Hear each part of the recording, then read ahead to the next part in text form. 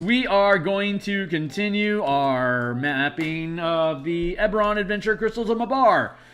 Give me a hot second here to make sure I've got a signal. Sounds like it. Okay, cool. So if you follow me on Discord, I've just posted that I am live. I'm sorry, if you follow me on Twitter, I just posted that I am now live. If you know where I'm at on Discord, you're going to see me dropping a signal here in a second, and then we're going to get to work. So while I do my usual promo bumping stuff, wherever it is that I go to sharpen my knives on Discord, then while I'm doing that, if you can do me a favor, help beat the algorithms and get me on board. Hold on real quick. What's going on with what's up with my junk?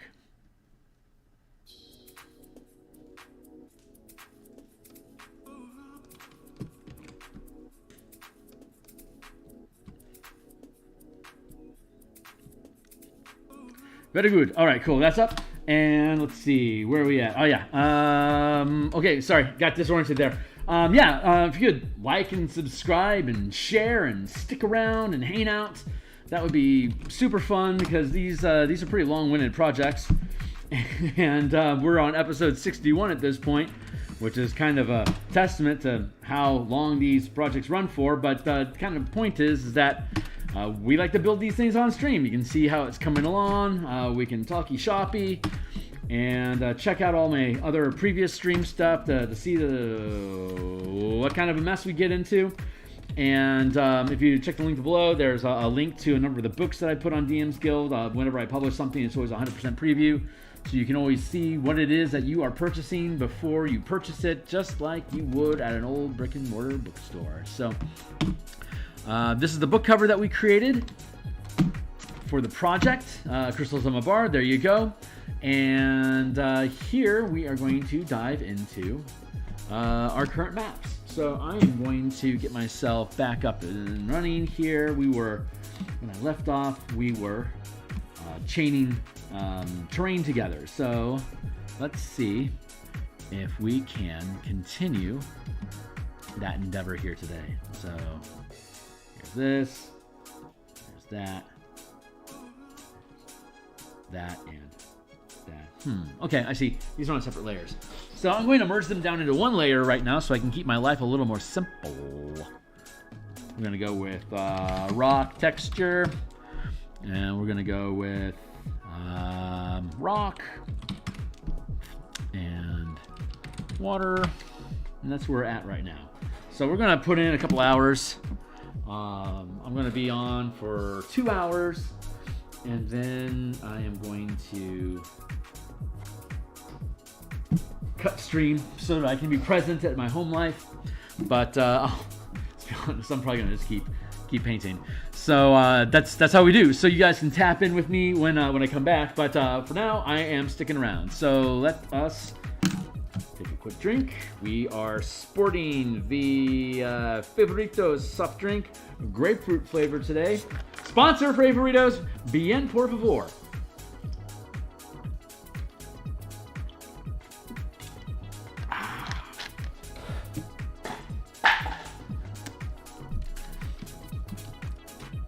So let's see. When we last left off, we were making texture using the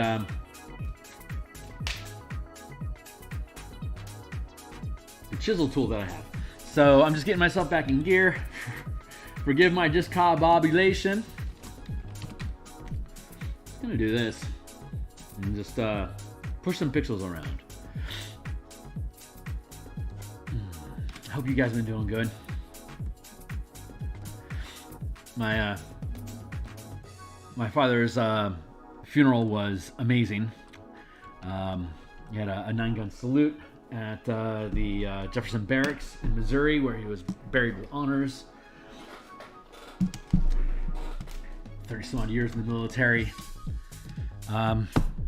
Taps is amazing when they're playing it for you. I've never experienced taps like that in my life, and I know I never will again. There's no one else in my family that's military. Boy, that song just cuts right through you, man. It is that it is both a song being played about those that fallen, as well as for those of us that remain, and it is sorrow and honor and respect at the same time. It is a truly amazing song. So that was really cool, and yeah, boy, that was a really cool experience. That's all I'm gonna say about that, I guess. So, copy paste. We're just creating texture here, pushing a pseudo randomized pattern. If you look at the previous playlists that we had going, you can see us experimenting with the different textures here, and this is the one that we come up with that we've consistently used up here in these wall structures, and now we're perpetuating it down in this underground tunnel. Yeah, we're just gonna do it like that. Yeah. Easy peasy.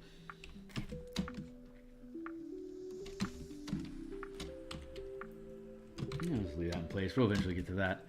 Once we finish all this rendering, we'll come back around and we'll do the rendering for this downstairs passage. So it's just a hole in the ground here that you take a ladder down into, and when you do, there's a doorway here that's partially propped open by landing on this rock. It's a up down flappy thing that goes like an old school garage door. So when you open it, when it drops and it hits rocks, it can't close all the way. But all the rain from the environment, it's always raining here in the manifest zone, so it floods this area. And there's a crack underneath the door. You have to actually like get under the water and wriggle your way through to get into this puddle that then runs down downhill, further downhill, and further downhill. Here's the downhill passage, and about 400 some odd feet down the passage is when the water line starts to accumulate. And by the time you actually get down here to the underground bunker bulkhead, whatever, big door, it's of the 20 feet, 18 feet of it is flooded. So if this continues to flood, it'll eventually fill up like this. But these underground passages, there's all these decay that's rotting at the rock from the necrotic nature of the radiation imminence from the manifest zone of Mabar that's deeper inside this facility, and it comes through the walls and breaches. But this is all flooded underwater like this. So if the players want to, God, disgusting, gunky, foul, poisonous, noxious material, if they actually want to get underwater and breathe this junk, they can find this down here. But this gives undead free passage to come and go from this tunnel. So if the team, there's already ghouls and zombies and stuff that are in this tunnel that use this breach here that leads out to this hole here into the overall surface above. So the undead have a passage they can crawl through, and is squeezing through the space to get to the surface. And so when this map is structured in the virtual tabletop, you've got a bunch of zombies and ghouls that are kind of milling around inside this muck, and as well as this ruins area, and the local guards are set up over here. But the miasmic effect of the manifest zone has this oppressive fog effect that creates obscurement and scatters light, so they can't see more than 20 some odd feet. So if you got a camp set up here, stuff all over here, they can't see it unless they wander over there. And sometimes they do, but mostly they don't. They don't know about this gap. They just know that there's undead and they're pretty much trapped underneath here and haven't come out. So they keep an eye over here to see if any undead are going to come out. And so far they haven't, because they found this entrance and it's the most direct path to the surface. So it's the path that they're taking, undead being pretty single-minded about that. And they get up here and they're kind of milling around because they haven't picked up on any life yet. But if they wander over this way, there's a whole mob of undead that can attack the guards over here. So when the team comes through this area, if they want to engage the soldiers here, they can, and then the DM can hit them with undead if the conversation doesn't go the way that the DM wants. He wants to put pause on it, or if he wants to eliminate the guards so the players have free passage to explore the area, or if the DM wants if the players want to build an alliance with the guards that are here to get social influence over them, then they can defend the guards from the undead and win loyalty from them that way to change their disposition from hostile to neutral. And all it would take at that point is, like, if they're using the sheriff, the local sheriff hook, and they one of the benefits you get from that hook is you're deputized, so you have the right to ask questions and be places. It's just the necromancers that are running this place don't really care about the law that much, so you can only get so far through the facility, but it can expedite that process, and it can create allies for you, or at least keep some enemies at bay. So if you have the badge, they'll start with a neutral disposition towards you because they recognize you have authority here. And if you then help them with the undead, you can then shift them from being neutral to friendly. So that's one of the fun mechanical processes that we think about how you can influence pillars by stacking different challenges inside of each other. It's very basic, but if you walk through the mechanics, the logic that's built into the 3 pillars of adventure that are presented in Dungeons and Dragons 5e, and the tools that are available to characters to affect and interact with the environment and the creatures that are inside of it, these are the kind of things that you do. You can specifically be thinking about, is this a social encounter, or is this an exploration counter, or is this a combat counter? And if it's an exploration counter, that means they know that they're going to see the fuzzed out radiance of the campfire that's here. Hey, Onzi. Yeah. Glad to have you here, man. So if the players pick up on the torchlight or the campfire that's being diffused by the haze before they get there, they know that there is a static light source, and if they pick up on the scent of food, they know, oh, this is a camp, we need to avoid that. And if they veer left, they'll end up finding the path that will lead them to the topside entrance, area 4 in this act. And they can circumvent this area altogether. And if they do, and they get into a combat at the topside entrance, if they don't resolve this area first, combat at the topside entrance will cause these guys to hear the combat, and then within, say, 3 or 4 rounds, they're going to be able to show up to provide reinforcements. Or if the characters in the topside entrance troops quickly, then these guys are going to be basically at their back. While we'll see the topside entrance map when we finish this one, it'll make more sense. There's a chimney, basically an open elevator shaft that leads down into the dungeon facility, and there's a spiral staircase that winds around that shaft. The players can take either one of those paths to go down into Act 3 in the underground dungeon. If they don't resolve this area first, then that means if they attempt to back out of the dungeon because it gets too dangerous, they're going to run into these guys. And if they don't take steps to resolve these people to be friendly with them, they will be attacked.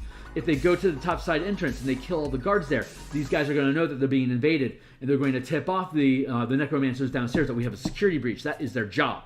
So if you make allies with these guys, or if you eliminate them first, then you can keep yourself from having your 6 cut off, so you can extract yourself from the situation if it gets too heavy.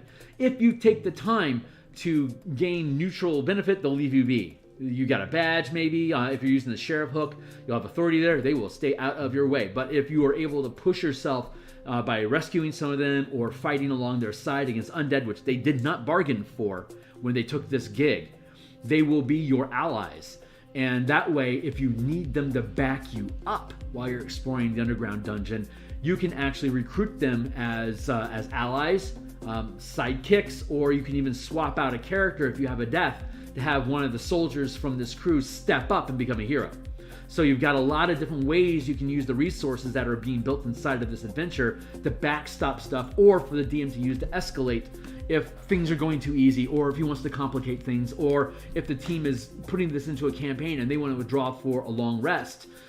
You can tax and fatigue them for doing that. Or if they aren't being stealthy in the exploration pillar of adventure, they aren't going, they'll need to make sure that they are stealthy about extracting themselves, because in the only safe place for them to really take a long rest is outside of the manifest zone in the forest, which is Act 1, Section 2, and there are listed adventure, optional adventure chunks of what happens if you try to take a long rest in the forest. It's 20 miles away from the village that, say, the sheriff or the family that invites you to visit. that's a long way away. That's too far for you to get to for a long rest. So you're going to, if you get to this point, you're going to end up taking a long rest in the forest, which then we have optional encounters of what happens if you attempt to take a long rest in the forest. So it traps you there, and we pre-built it so when you backslide to the first act, section 2, you can just look at the content inside that section and it will inform you of like how many guards will show up, or there's a threat of like shadow mastiffs finding you, or like a bar guest or a shade. There's a couple different types of sentient undead that can come after you. Yeah, so there's fun options there. So we're trying to do everything we can to look at like what are the variables of like what are the most likely paths that a character is going to take, or what are the most low-hanging fruit options that will automatically spring to mind in an adventuring team when they come at this. So we try to build out 2 or 3 different potential easy options that characters are likely to take in different scenarios that are presented throughout the adventure, and then provide solutions, and then provide optional expansions of the solutions. So if they go in a direction you don't expect, hopefully the content that we provide is going to give you enough context and motivations of the creatures that are inside of here that if they do something you don't expect, you can reward them for their creativity, for outsmarting the script. But the DM will have, if they read it through, they'll have all the tools that they need to be able to adapt and improvise on the fly, by knowing what the dispositions of these things are, what these people know, what their attitude was in coming in, how they feel about current circumstances, so you can affect how they interact with you. So that's the ideas. And on top of it, we try to build these things so that there are spawn points where you can continue to feed undead at the team, or if you want, use the random table to escalate what kind of undead are present depending on the strength and size of your team. So if the D4 plus 2 ghasts that are kind of default coming at you as a squad, if that's too thin, you can have more of them come out from Act 3 into this tunnel to then feed up from the tunnel to go up out of the water, go up the tunnel to the gap here. And if the characters hold their breath and try to crawl underneath the garage door to get into this tunnel, they can be attacked while they're prone, so the undead have advantage against them and potentially drag them over out of here, down here, and if the heroes can't fight them off, they can actually be dragged into the water and drowned. We have drowned assassins in here as well, which is a type of undead of drowned people. So they like to grab people, hold them down, and make them lose all their breath. So you can have ghast, ghouls, and drowned dead fighting your characters as they're bobbing. Like one of our playtests, the team took the supply cart from the camp over here, and we'll have this asset available for people, but they opened up the garage door all the way. They rigged it open, and then they rolled the cart down these planks that are these stone columns that are still in place here. It's large enough, the tunnel's large enough to accommodate a cart. It was designed to do that. It was designed to carry large amounts of munitions and supplies from the surface down into the bunkers, and this is a defended point, and this fortress was supposed to be here to defend this point of entry, and obviously the place has fallen apart, so it can't do that anymore, but the access point is still here. So our team, they grabbed the cart, they rolled it down there to the point where it rolled all the way down the hill, down the tunnel, and when it hit the water line, it started floating. So they used it as a raft to go along here to stay out of the water to get to the end point here, which is a grate that leads up through the murder holes into the underground tower facility that they would use as a siege defense point here for this bunker door in case the enemies got through the topside fortress when this place was still operational. So it's locked down, and the machinery to open the door has been broken, so it can't just open. You'd have to use tinker tools or mending spells to fix it to get the door to open again, and then you could flood the dungeon entrance with all this stocked up water if you want to, and we have the mechanics for doing that to reward the characters for having that creativity. But all the rooms that are adjacent to here that the water would flood, all the guards have them closed already and locked. So if you want to flood the place, you either have to lure enemies into that large antechamber where the water would flood into so you can knock them stunned, or the team has to open up some doors so that there's a place for the water to let out. Otherwise, it's just going to flood the room that you're in, and they're going to know you're there. you're giving away your advantage. Otherwise, you could crawl through here, you can take a short or even possibly a long rest in the guard tower, and then sneak out and then go through the facility if you want to, depending on whether you're trying to take this from an exploration or a combat pillar, depending on what your team prefers. You can do social as well, but that has you leaning heavily towards interacting with the guards and the mercenaries that are hired to be there, as opposed to combat, which is interacting combat style with all the undead and demon stuff that are crawling around inside of the dungeon. And then the exploration pillar is stealth, where you're avoiding both of them. So you can try to get intel and get out. Like if the Ader Academy hires you to find out what's going on, but to not engage anyone because they don't know the scope of it, they give you a little crystal you can take pictures of things. So you can go in there, it has 20 slots, and you can fill those slots with details about each room or each item that you find inside of the room, treasure or different artifacts or different rituals, different things that are plotted out about like the movement of the plane in relation to Eberron. You can gather all that stuff as evidence and leap out of there and then take that back to Ader Academy and say, this is the stuff that's going on, and then you can get paid without actually engaging anyone at all. Like your mission is to get in, get out, don't get noticed. So there's different objectives. There's also a teleportation circle in there that you could use to move materials in and out without having to go to the surface, and it's disabled right now. So you can go in, you can reactivate the teleportation circle, and then use the teleportation circle to get out, and then hand off to authorities that can then go in with your help if you wish on an extended campaign, or your contract is done, we got other things to do, this is a one-shot, we got in, got out. You can reactivate the circle and then lead out and then let the authorities go in and arrest everybody, and you now have the ability, say in an extended campaign, if you help them, then you can help save lives, rescue hostages, shut down the people that are doing it, or if you just stick to your job, you can then contract to do other work for Ader Academy, local sheriffs, as well as earn the attention of the Carnathi military, that are actively trying to hunt down rogue parties of the Emerald Claw that are doing crap like this since the war ended, because they've lost their power base and they've lost their position and they've lost their wealth. So there's a lot of these little faction groups that are trying to grab power where they can, often illegally. So that's like a lot of the... I'm supposed to be doing maps. Sorry. I get on a tear. And I freaking love this stuff. So... I like being able to build out all these different elements into things that let the we're building these things with professional DMs in mind, people that pay to play. A DM will want an asset, like if there are scheduled DMs that run multiple teams and they run like a set adventure, they can take this or other adventures that we create in the future that have huge replayability. There's 6 different plot hooks with 6 different conclusions and objectives with different assets. You provide the party up front so that they can achieve their specific objective attached to that hook differently from other scenarios that you hook up. You can start them earlier or further back in the adventure, depending on which hook you use and how long you expect the campaign to run for. So a professional DM can take this thing and he can plot out how many hours of play is he expecting to get out of it, what's the focus of adventure that you want your paid team to have so they have the experience that they want.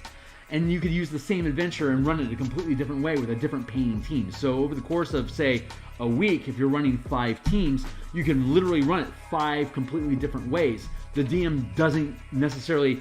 I don't know how bored DMs get running the same scenario over and over again, but every time you run the same scenario, it's going to be a little bit different. So we're building products that lean into the idea of creating variety. So the more the DM is familiar with the adventure, the more they can bend it and make it into something more unique and see how they can combine things together. You might run separate hooks one at a time, but later on you might want to mix it up a little bit and add 2 or 3 hooks together as a combined narrative to give your team a lot of different resources with potentially conflicting goals. So if it's a one-shot scenario, you could be in a place where you're giving random adventure hooks to different characters on the team that don't necessarily know each other, but the players want to have a drama experience where they're not necessarily allies, but they're all working on the same goal at the same time. So you could have one team that wants to take control of the facility for, say, the 12 that want to take control of magical rarities. for their own advantages. Or another player on the team could be working for oh crap, I just locked up. I have to restart. It could be working for the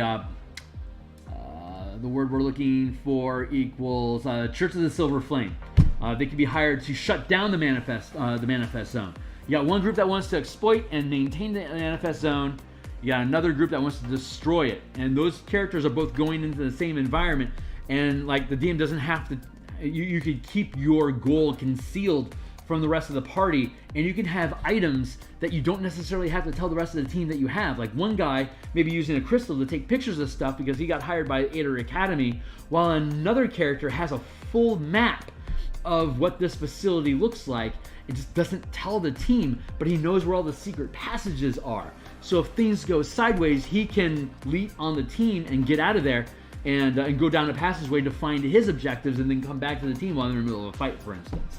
So if that's the kind of conflict situation that you can offer your team as a paid DM, then that becomes infinitely more interesting to a DM that's ran the same content 6 times in the past 2 months. But this is designed to help you bend it around and make it fun to use and make it different each time. But every time you approach it from a different direction, you gain more mastery over the environment, and you know how to you know how to blend those resources all together to create a more and more unique experience as you go. So that's the idea anyway. So we want to market it to professional DMs, and you know, hopefully they like it. So I mean, it'll work for anybody. But if you approach it from the mentality of this is something that somebody who markets DMing, he wants to have an inexpensive product that he can use over and over again that has easy to use assets that are ready to go. So that's what we're offering. Anyway, so ramble, rumble, thunderclatter, boom, boom, boom. Let's keep going. We'll go copy, paste equals retransform equals horizontal.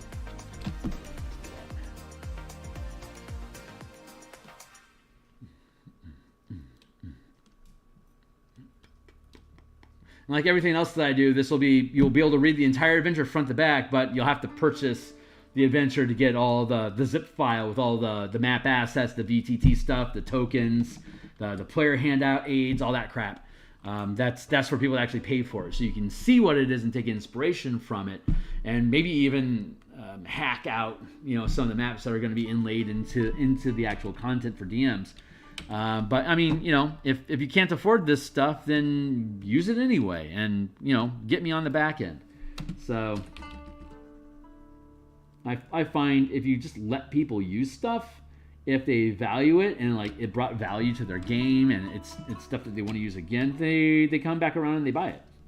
It's just consistently true. So there's nothing I'm really protecting by hiding this stuff.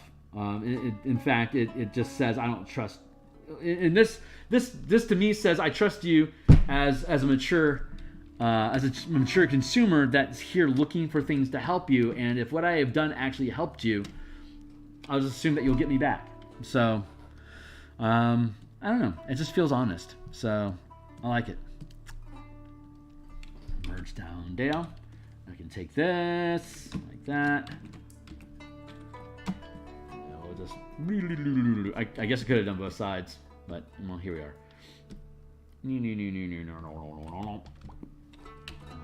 Like that. Next, very convincing. There. And then we'll duplicate the layer, and then we'll flip it 90 degrees, 100 and 180. We do a full 180 there, France.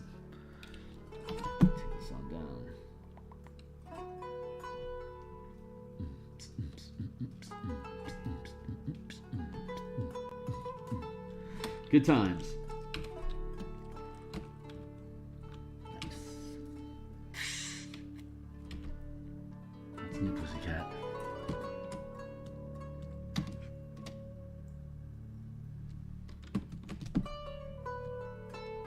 Merge down. Rock texture. Rock texture.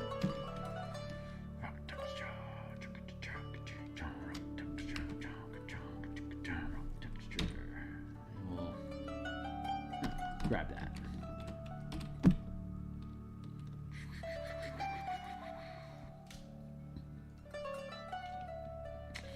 Do-do-do-do-do-do.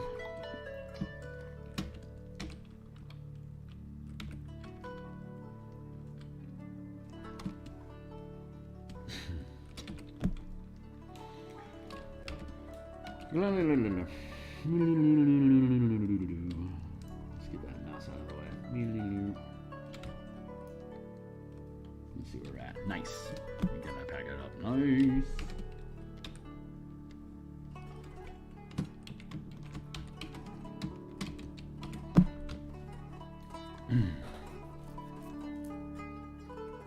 And once we get these rocks in, I'll just do a casual look over to see if I like how everything's sitting. Might do some additional detail work, and then we'll move on to water in this underground facility, and then from there we'll probably muck around inside here a little bit more, and we'll add texture and flotsam to the environment here. Then we'll work on the downward ladder, and then we should be able to move on to the next map. So I am anticipating this being done on Saturday, and then us moving on to that next map on Saturday. So I don't have any design stuff planned this weekend, so we are free and clear to just do more of the same. So more same is what we'll do. Now, why did I end this passage here? Hey, Tyler, man, how you do? Check. Let's see.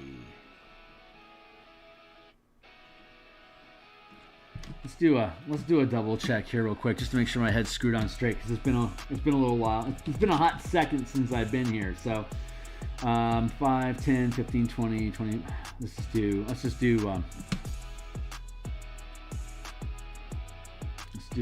to 10s. 1, 2, 3, 4, 5, 6, 7, 8, 9, 10. 1, 2, 3, 4, 5, 6, 7, 8, 9, 10. 1, 2, 3, 4, 5, 6, 7, 8, 9, 10. 1, 2, 3, 4, 5, 6, 7, 8, 9, 10. Then 1, 2, 3.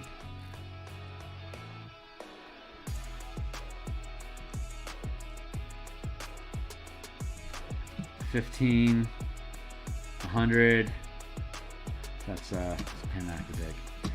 50, 100, 150, 200, 215. 215.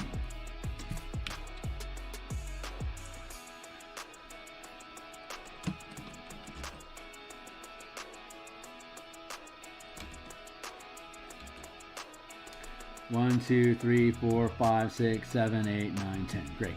50, 100.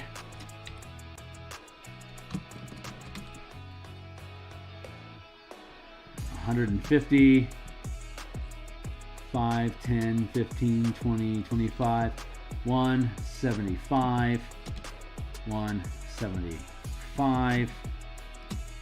That's going to be 350, 215. I need 35 more. 1, 2, 3, 4, 5, 6, 7. Just here.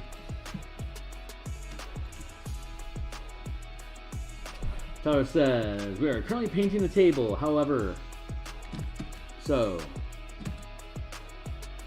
creating art is forgiving. Oh man, I'm sorry to hear about the laid off, dude. That's rough. That is rough going, man. I certainly hope, for better times ahead. But yeah, man. Good luck. That's all I really know what to say. Sorry.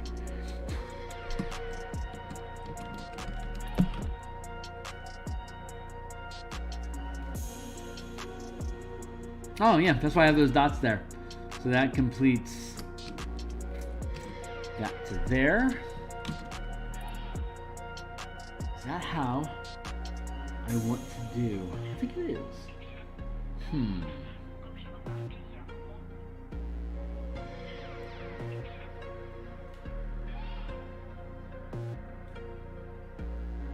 Yeah, I think that's how we want to do that. And let's go to 5, 10, 15, 20, 25, 30. That means I can shave off 15 here. Shave off 15 here, and I can shave off 15 here.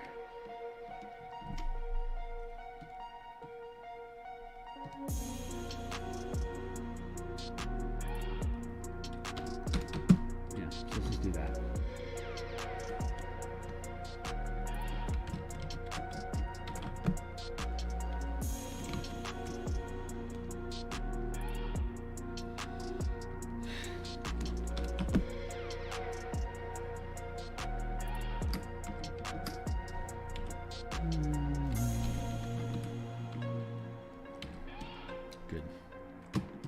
Good. Let's make some cool shit today. See how that goes. Hello. Thank you.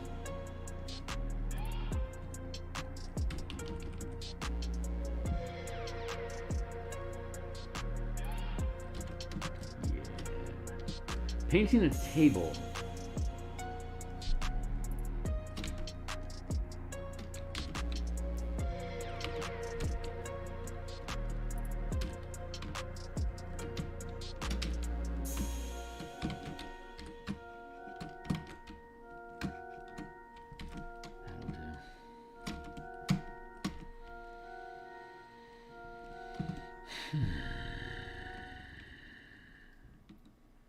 Oh yeah, that's right. I have that extra.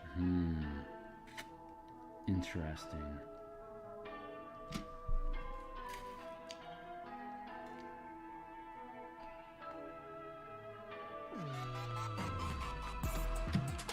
Yeah, I think that's how I want to. I'm thinking. I'm trying to think about how much space do I need to have. Like if I'm gonna feed this through, like these two things here together.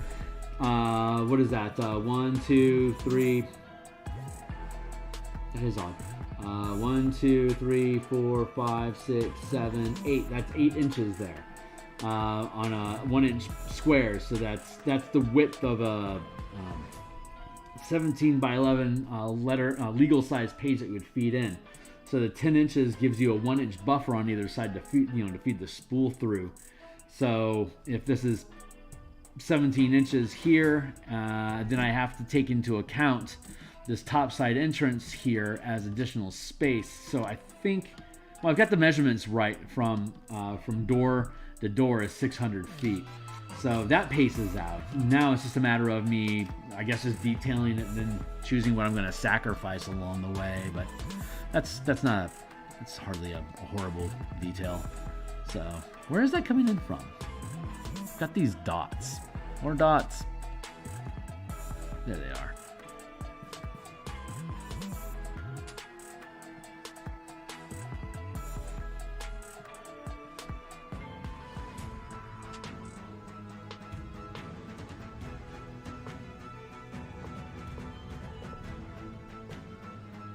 Oh, that's right. We had to shift back the water because of the actual height. We misjudged the height, so I had to fix that.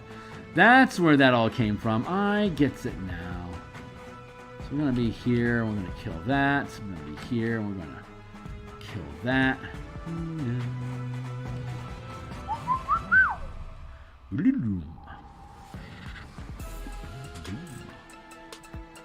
God, I love this music.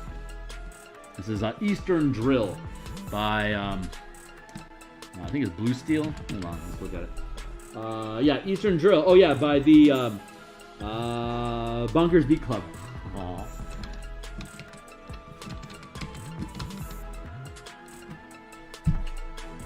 On to Willow.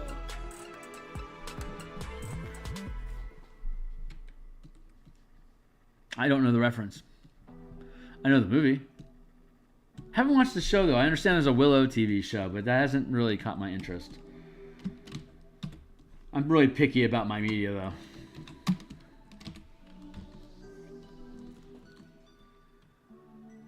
Like the plot has to be strong enough that it would be something that I wish I had put into a game, and the characters have to be strong enough and well written enough that the actions that they take, I think, would be logical for characters in an adventure to take. Like if the characters do stupid stuff, and if the plot moves in weird direction, they lose me. I have zero interest. Like you guys don't know how to write. You don't know what's going on in your own environment. You're not masters of your craft. Don't waste my time. You know, it's snooty of me. But if I'm gonna stop making books to watch your shit, it better be good shit. So step off, man. Grab this. We can just mirror this. Copy. Then free transform equals rotate 180. Drop this in. What do you got going on? I haven't watched the show yet. Showing the movie to Leanne tonight. It's gonna be. Oh, she hasn't seen it. Oh my God, Willow's cool. Willow's a cool film. Mad Bargain is awesome. That's like Val Kilmer at his absolute best, man. Like Val Kilmer in his prime. That is an awesome role. What a treat. What a treat. I hope you guys have much popcorn and much fun.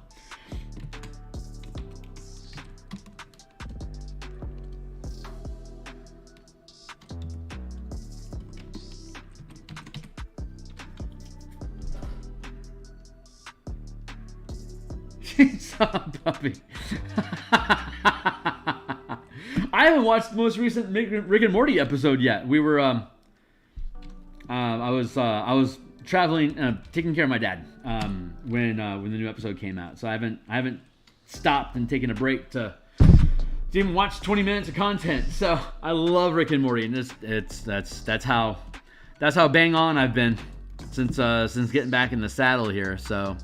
My coworkers at my day job sent me a bouquet of flowers, offering me condolences, and I just did not expect that. That was beautiful.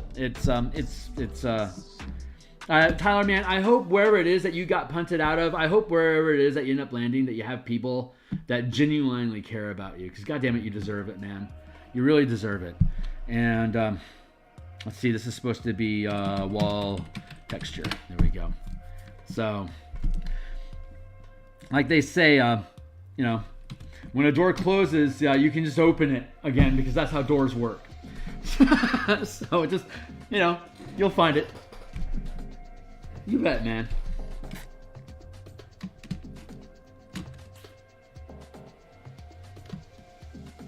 I'd like to be my best. You guys should watch Dollhouse next. They're always trying to be their best.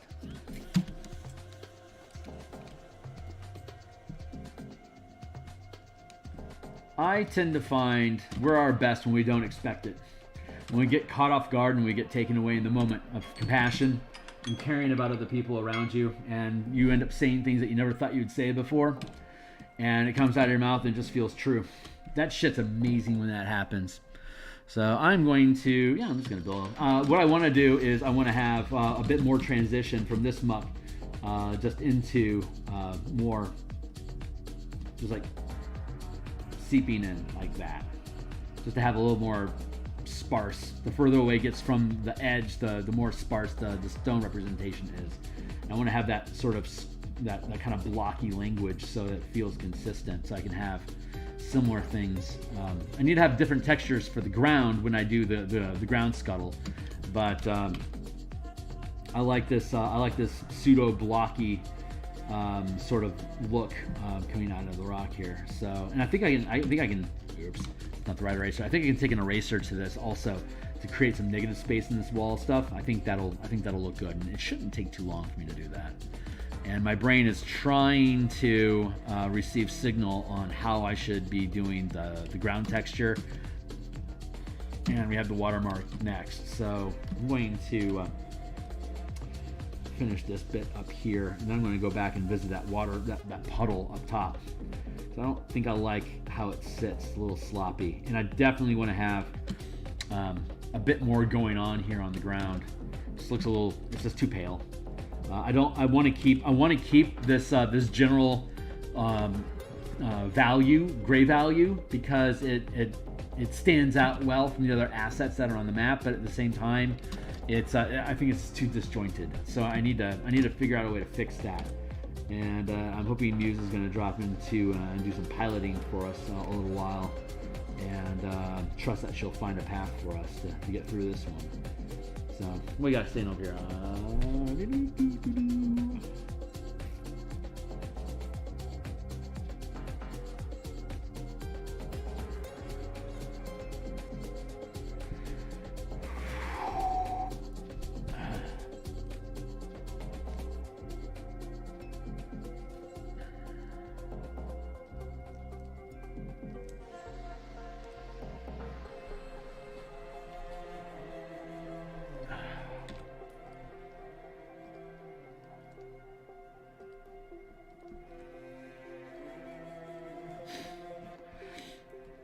I started early tonight because my gal's got some stuff that she's going to need help with, so I want to make sure I'm available and attentive to her. But she's working late to catch up from the time we had away from work. So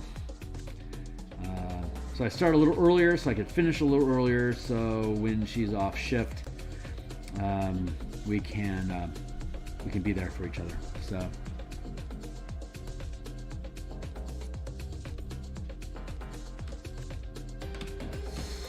This to the same chisel and do things like that. Nice.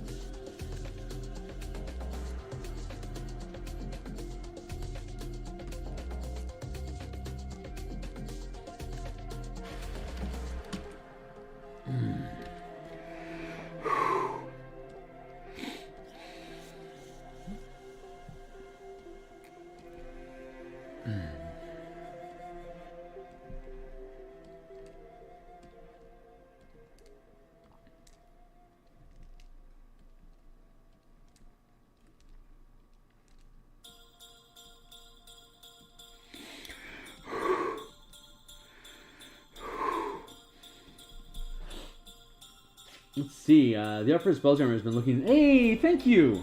I really appreciate that. It will be interesting to see how much interior that Scaver rider picture. I just had to do that one, but I honestly don't know how many additional art assets like that I'm going to actually need inside of the book. I mean, it's going to be a chunky 90-page some odd document of just freaking solid hard mechanics. So I mean, I'm arguing with myself around the figure out if the price point should be like $15 or $20. I think $20 is a little too much.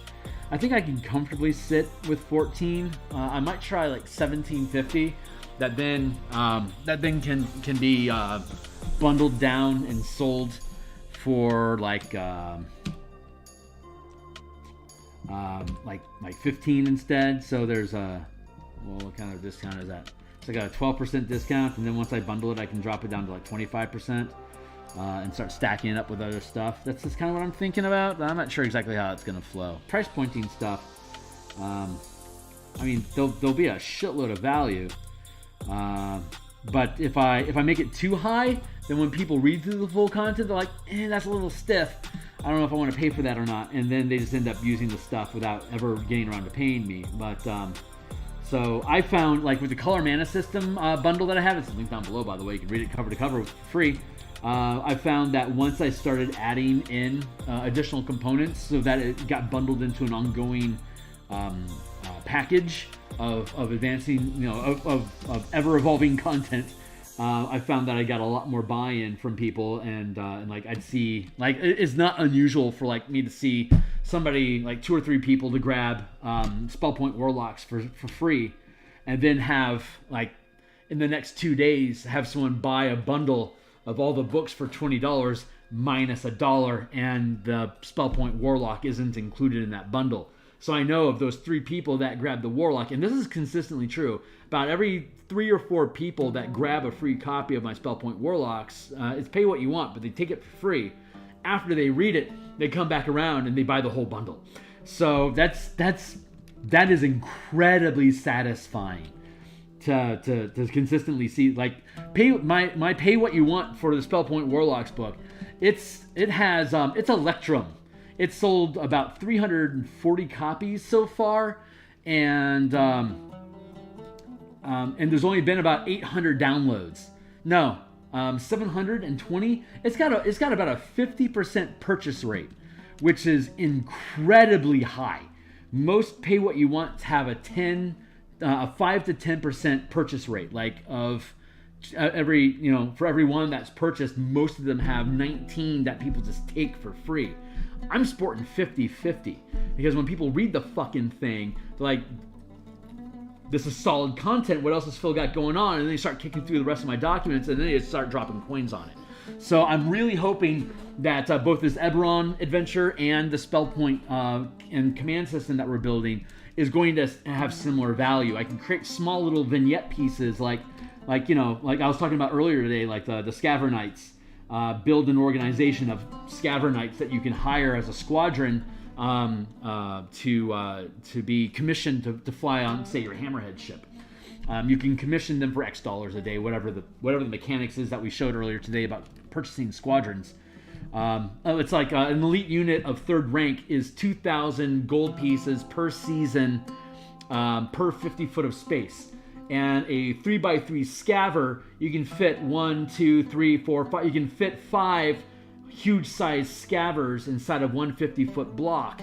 So that means for every 5 scavers, you're spending 2,000 gold per season to hire them to be on deck with your ship. So you have an absolute cost value of converting either resources or actual plundered gold into purchasing additional allies that you can then go on and tackle larger and larger obstacles. So anyway, I'm supposed to be talking about Eberron, but I geek out so much about Spelljammer because I absolutely love Spelljammer plus Planescape equals amazing world building, like Weatherlight plus. Freaking love it. Freaking love that stuff. So I'm obviously excited about whatever this future is going to be. But yeah, Bob's your uncle.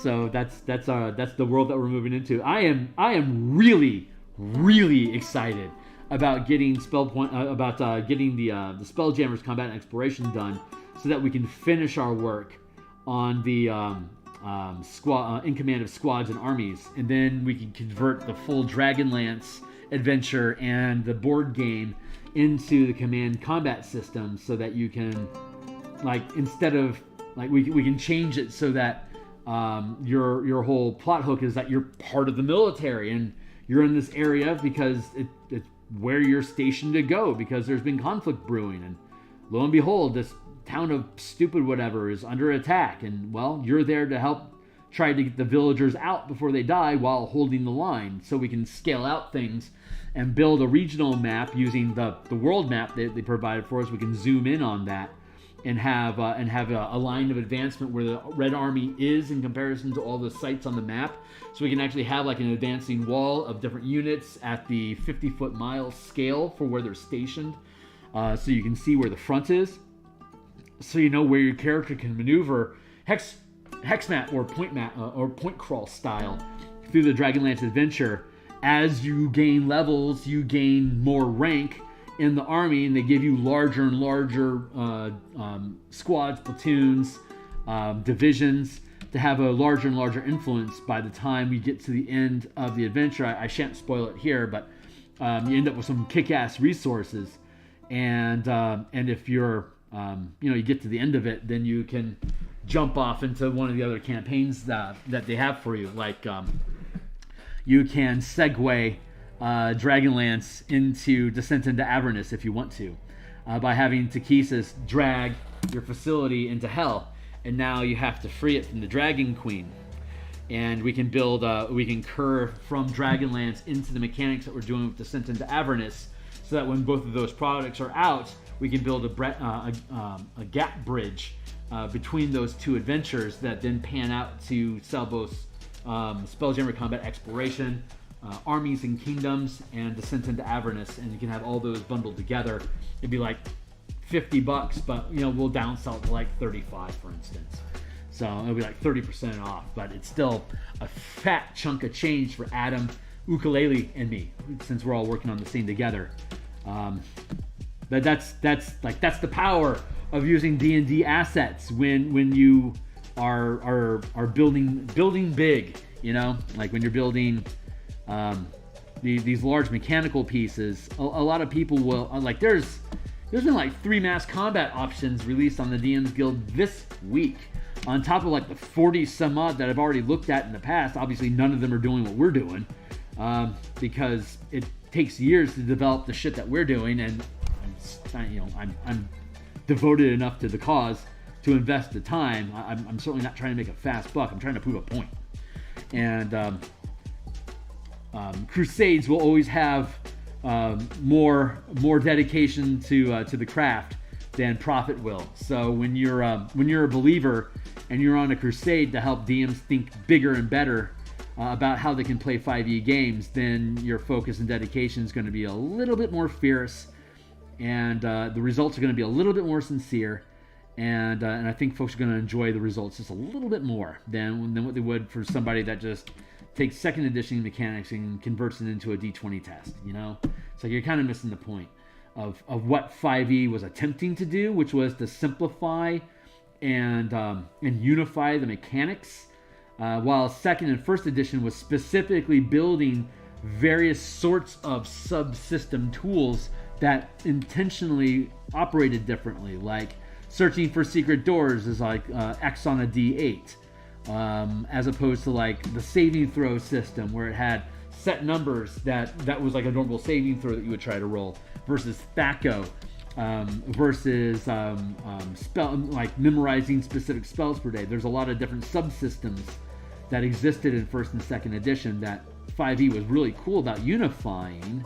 But if you then take an old system and not, make it different from what 5e is, your final product ends up not feeling like 5th edition, because you're not honoring what 5e is attempting to do, which is to have one die rule them all. But that also means that you should be using like the same combat mechanics. You should be using the tools that already exist inside of the 5e game to express your mass combat system, to express siege weapon mechanics, like all the command dice stuff that we're doing. It's just proficiency dice, which is a variant rule in the DMG. It's like all the innovative stuff that we're doing with these books, it already exists inside the game. It's just not being, it's just, they didn't really think these are optional rules, but what do these rules do for you?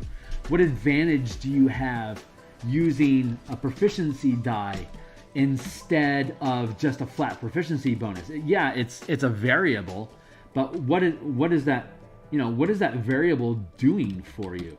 And that's where our reload mechanic for like siege weapons and commanding crews. And now that we have that reload mechanic mastered using the command die, we can then reverse engineer back into dungeon squads and armies, and we can use that same reload die as a morale die. So when you're commanding foot soldiers, that command die becomes your recharge to see how quickly your team is able to follow another command that you issue. Just like the siege teams, that recharge die determines how quickly they can reload the siege weapon. We can also use that, like if you're a 3rd level character and you're trying to command an ogre, which is a 2nd rank creature, and you're only 3rd level, so you're a 1st rank commander, that ogre is outclassing you. So your die roll, your command die is, you're going to have to roll like, it'd be like 3, 5, 7, 9, 11 that you'd be rolling on each of the different ranks to control a creature, and you'd be rolling a D4, D6, D8, D10, and D12 depending on what rank of a commander you are. So if your creatures are 5th rank creatures like CR 14 and above, to command them you have to roll an 11 or higher on your command die. But if you're only rolling a D6 on your command die, it will not work. You can command them once, but they're not going to obey you again until you can successfully roll that command die to get them to act again, because they're so far outranking you, they barely give a crap about what you say. So that's a fun way you can bend the mechanics around to work for you. Anyway, hey, Catch you later, dude. I hope Willow is extra awesome for you and your gal. So have a great time, and I'll see you on the flip, dude. But yeah, so that's the idea. Like these, like you can look at the DMG and the player's handbook and see all the mechanics that are in these books that I'm creating. They're all in those books. We're just thinking about them in different ways. So that's not to be pretentious or anything, but that's kind of system mastery. That's like when you're a designer and you're taking a system and you're being commissioned to create new mechanical systems. A good strategy is to take what already exists inside of the game and reinvent how you use them. And like a good example of that would be Theros and Ravnica. Ravnica took the renown system from the DMG and converted it into expressing your power within your guild. And Theros took the same idea and called it piety instead. But it's the same renown system that when you have enough renown with a specific god, you gain particular boons and advantages. So you can take that same concept and then convert it over to like our guilds and kingdom system, that when a character has enough renown, they can command this amount of guild resources with this many people underneath them, performing this many tasks, creating this much resources as a result of it over the course of, say, a season. So like if you're farming and stuff like that, this is how much food resources you can generate during that time.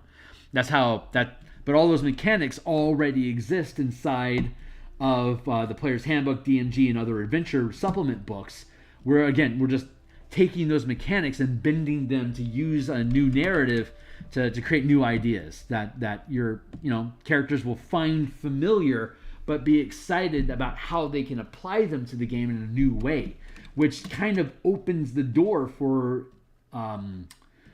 ambitious DMs to say, I see what you did there. Here's a few other subsystems that I created to build this, like, I don't know, undead narrative, like this Walking Dead scenario sort of thing.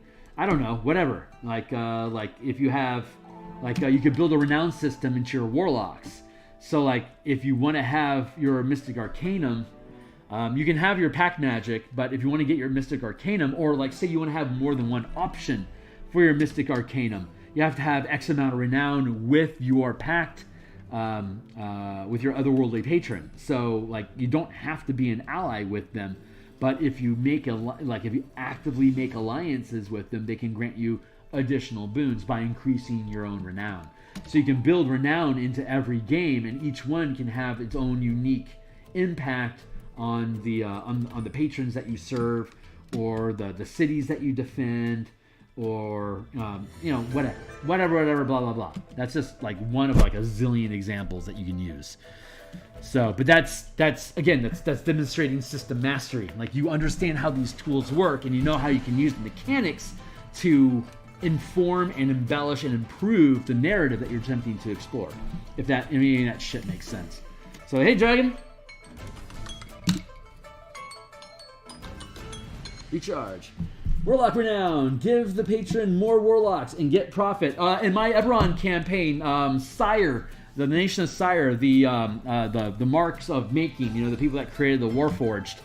Warforged in my campaign are the Warforged, the souls that are inside of Warforged are dead warlocks that prayed to, I call him Damasu, the god of machines, and or the god of creation, and they're the ones that they get the mark from. So this demon god that is it's like an evil god. He creates monstrosities and like torture machines that plague hell, and then he taps into these Sirens, and their nation state are all theocrats, but they worship this patron god demon that blesses them in death with eternal life by reinfusing them into a Warforged. And one of our campaigns was one of the characters. This wasn't known. Nobody knew where these souls came from. They just knew they were being gifted. They didn't realize that they were recycling their own souls into these things. But one of the character that was playing a Warforged, he decided to play a cleric of knowledge. So when he when he made his character, he wanted his god to be the Allspark, like Transformers style. So what we ended up doing was we decided there was like a what was it, the Allspark that would provide knowledge. It was like it created the inevitables, and it created it provides the elements that infuse the airships. So it was a low key beneficial, like a benevolent machine god, as opposed to Damasu, which was an evil creator. So this character was born knowing that his soul was a damned warlock, and that Damasu's promise is enslavement in the end, and he'd be able to take control of Warforged and use them against people. Like he could possess them with a demonic spirit anytime he wanted by just taking control of the warlock's soul. So once they started realizing this is why the Warforged were rebelling against the human the mortal society, that's why that's when they realized that's why it's happened. The character's crusade was to awaken all the Warforged, so they could remember who they were and decide for themselves if they wanted to stay in their metallic bodies and continue engaging in reality, or if they wanted to truly move on and rest, and they would be given to the Allspark. So that was his quest, and they eventually killed Damasu by basically dropping a spell bomb, a canvas size, like a huge size portable hull into a massive size bag of holding that they built, and it basically imploded his home plane and took him out of existence, and that shut off his power from controlling all those souls that were already infused into the warlock bodies. They were safe and protected from Damasu's destruction, and the rest of them just got dispersed. But that meant that they had like a million some odd souls that were now free to make decisions for themselves, and that was the goal and the end of the campaign. So once we get done with this time travel campaign that we're in, we get to skip forward in the campaign timeline to what's the fallout of these Warforged awakening and remembering who they were. It's like the glitch in Marvel, that these people have been gone for, some of them, like 200, 300 years, and suddenly they're back in the mix again, and they remember all these things. And now they're like, I'm back, and I want to engage in society. What you got for me? That kind of shit. So it's a fun experience, and this will be a Spelljammer campaign. So all these Warforged like, well, if you don't have anywhere else to go, why don't you join the Space Force and join the Dwarves of Moorhold and start mining minerals in space, since you don't have to breathe. That's a really great advantage. We will pay you well. If you have living family, we can send your stipend, if you wish, to your family back on planet side.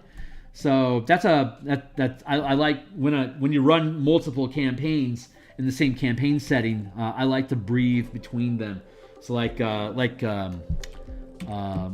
one or two campaign, like typically two. Like I'll have it skip a beat, so I'll do a campaign, and then so they're leapfrogging over each other. So the end result of the time travel campaign that we're in right now, when the team finishes it, they'll be able to their end move as players in the campaign is, if you could change one thing, if it's within your character's power, if you could change one thing, what would you want to change about the campaign world? And they can say what they want to do, and then I'll attempt to see how I can incorporate that into not the next campaign, but the one after that. That's the advantage of running for years in the same campaign world. And Eberron is, of all the worlds, I would say Eberron is the absolute best to do that in, because it's got so much variety in it. I love Eberron. And you can, and once Planescape is out there, you can basically staple any campaign in the other campaign. So you can curve all these things together into a mega multi-dimensional campaign. Mine's a Taurus. I'll go on another quick tangent here and stop my doodling here. But the way that my Eberron works, right? Here's Eberron. My Eberron, 4,000 years ago, when Dulcor was co-terminating the Plane of Nightmares was co-terminating with Eberron, releasing demons to destroy the world. The only solution that the gatekeeper druids could come up with was to detonate the core of the planet, so that the fragments, some of it would survive, and those fragments would be out of alignment with Dalcor. And Dalcor, being at the center of the explosion, would get shunted and punted out of orbit, which it did. You can't directly travel to Dalcor currently with how Eberron is written. Dalcor is out of orbit. So, but what that ends up doing is it shatters the planet. So the planet now is like giant chunks of asteroid, like this, that are in orbit around the detonated core, which is the morning. And the morning is this miasmic haze of wild magic storms that when you fly, like you could fly from this rock to this rock by flying through the center of the planet. But if you do that, the further to the core you get, the higher level spells you'll run across that if you get hit by lightning, that spell affects you. You could theoretically get hit by a wish spell, and then whatever it is that you happen to be thinking at the time is what's going to happen to you, or it wishes into existence because of a lightning strike. Or it could be something like really subtle, like a magic missile. Every time a lightning strikes, a flurry of magic missiles hit anything that's alive within range. So it's really dangerous down there. So most people that don't want to die will have to fly around the orbit of these asteroids. And then there's the Tears of Sybaris, which is the crystal ring that encircled Eberron like Saturn, and all that ring is a bunch of massive psionic crystals. So when the planet destroys like that, you have to use spelljammers to get from rock to rock, which is pretty easy to do. But you can also take them out to the Tears of Sybaris and mine them for minerals, and then take those minerals back to the asteroid worlds of the Shattered Eberron, and provide magic and psionic fuel for them to create more spelljammer ships with, so they can self-fuel themselves. And when you go to these asteroids, there's all sorts of aberrations and psionic monsters that are there. But that's the campaign that we're going to build into. Yeah, thanks. So the way that my Eberron works, so you've got this shattered effect, right? And what is Kyber is the Underdark. So these asteroids are, like, in some instances, like hundreds of miles across. There's shitloads of tunnel space. So the way that my plane works is that you've got the surface level here, which is Eberron, like the surface of Eberron, right? And then you've got the Tears of Sybaris. Granted, they're all asteroids, so give me a break. But if you zoom in, because we pan in and out with the in-command system from the 5 foot, 50 foot, 500 foot, 1 mile, 10 mile, 100 mile, 1,000 miles, 10,000 miles, 100,000 miles. We can pan in and out to galactic and interplanar structures. So you can see like the blood war that stretches 10,000 miles. And it takes, like, if you want to process one round of the blood war, it takes you 100 years. So every 100 years, there's a new round of the blood war. The Modron March, for instance, it's every like X thousands of years. I think it's like 5,000 some odd years. So basically, each round is a few thousand years, and it's the size of whatever the planar stretch of the Modron army is. I haven't done the math yet, but it's going to scale into something like 1 million miles. It's ridiculously huge, but that's the terror of the Modron army. Anyway, back on point, talking about scaling. So we have Eberron. So here's the surface level of Eberron. We got mountains and stuff. And then you dig in, you get to Kyber, right? Kyber is an extraplanar location. So Kyber eventually leads into the lower planes, like Hell, the Abyss.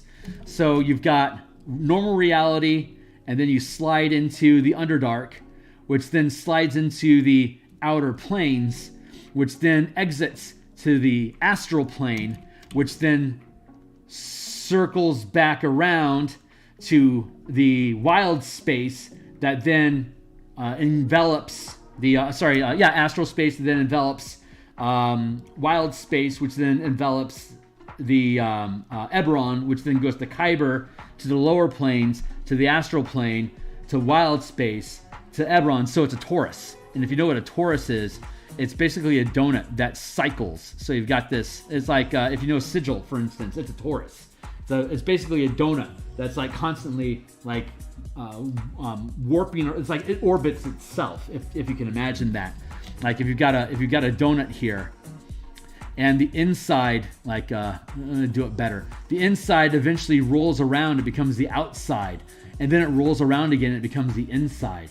And all of this is the campaign space, and the stuff that's rolling in orbit around you is the planes. So when you have a Spelljammer, and I've been doing this for like 15 years or so, when you have Spelljammer ships that can go out of wild space into the astral plane, into the outer planes, like one of the easy access points is Tartarus, because Tartarus has like those Tartarus has the giant cubes that float through space, and it's it's Pandemonium. That's the endless tunnels. If you pan out Pandemonium to the 10,000 some odd miles scale, it just looks like a pockmark. It's just a bunch of holes.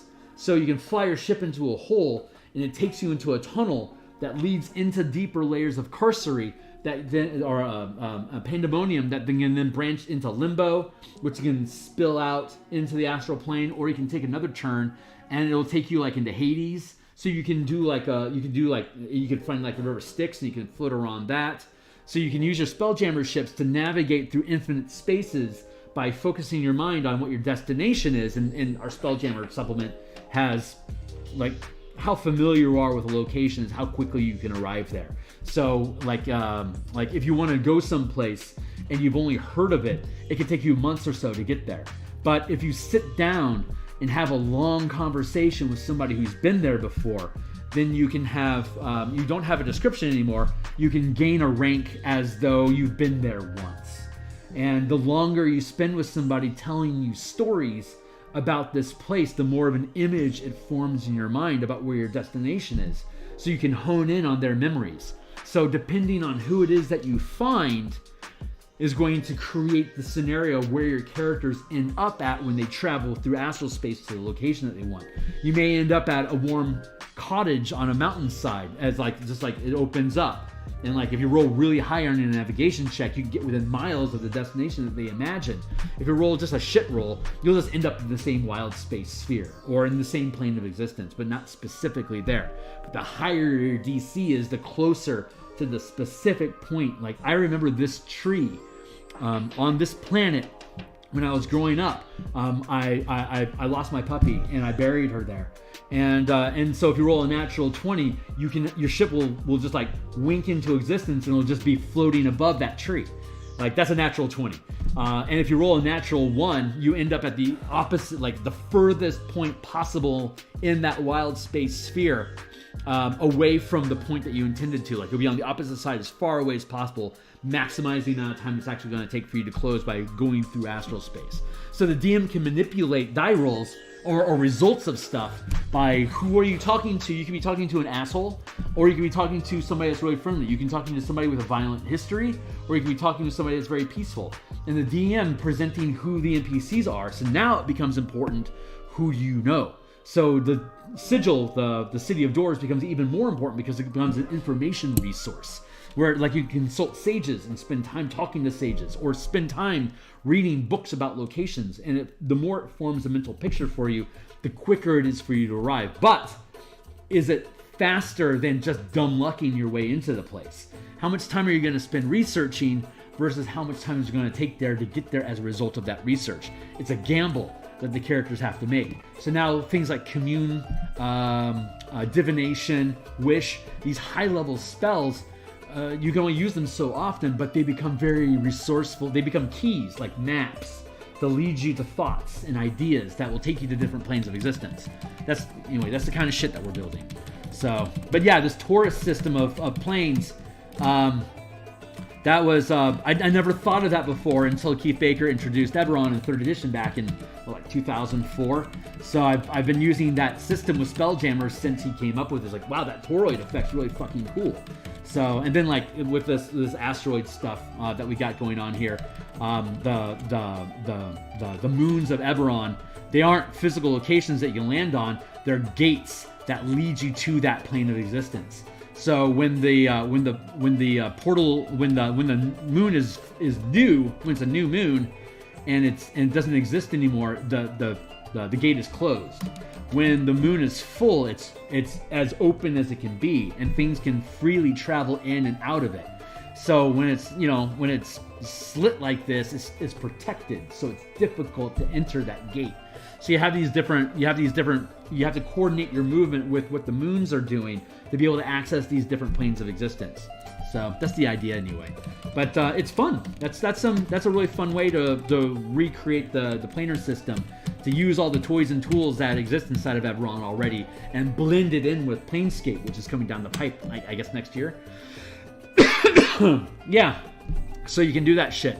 Once the Spelljammer book is done, I can build that toroid thing once Planescape comes out. So I can build a bridge between Spelljammer and Planescape using toroid planar travel, and using Eberron, since Eberron's available on the DMsGuild and Spelljammer's there and Planescape is there. I can unite all those different campaign settings into this masterarchy of multiple realities coexisting at the same time, and using the Shattered Eberron. I already have some maps for it on my DeviantArt page, but I got to clean those up and represent them. And so once we're finished with our time travel campaign, we're going to spend probably a year and a half basically playtesting the development of a space mining guild, using our guild resource system, and then further using the Spelljammer mechanics that we're working with here on top of an E6 campaign.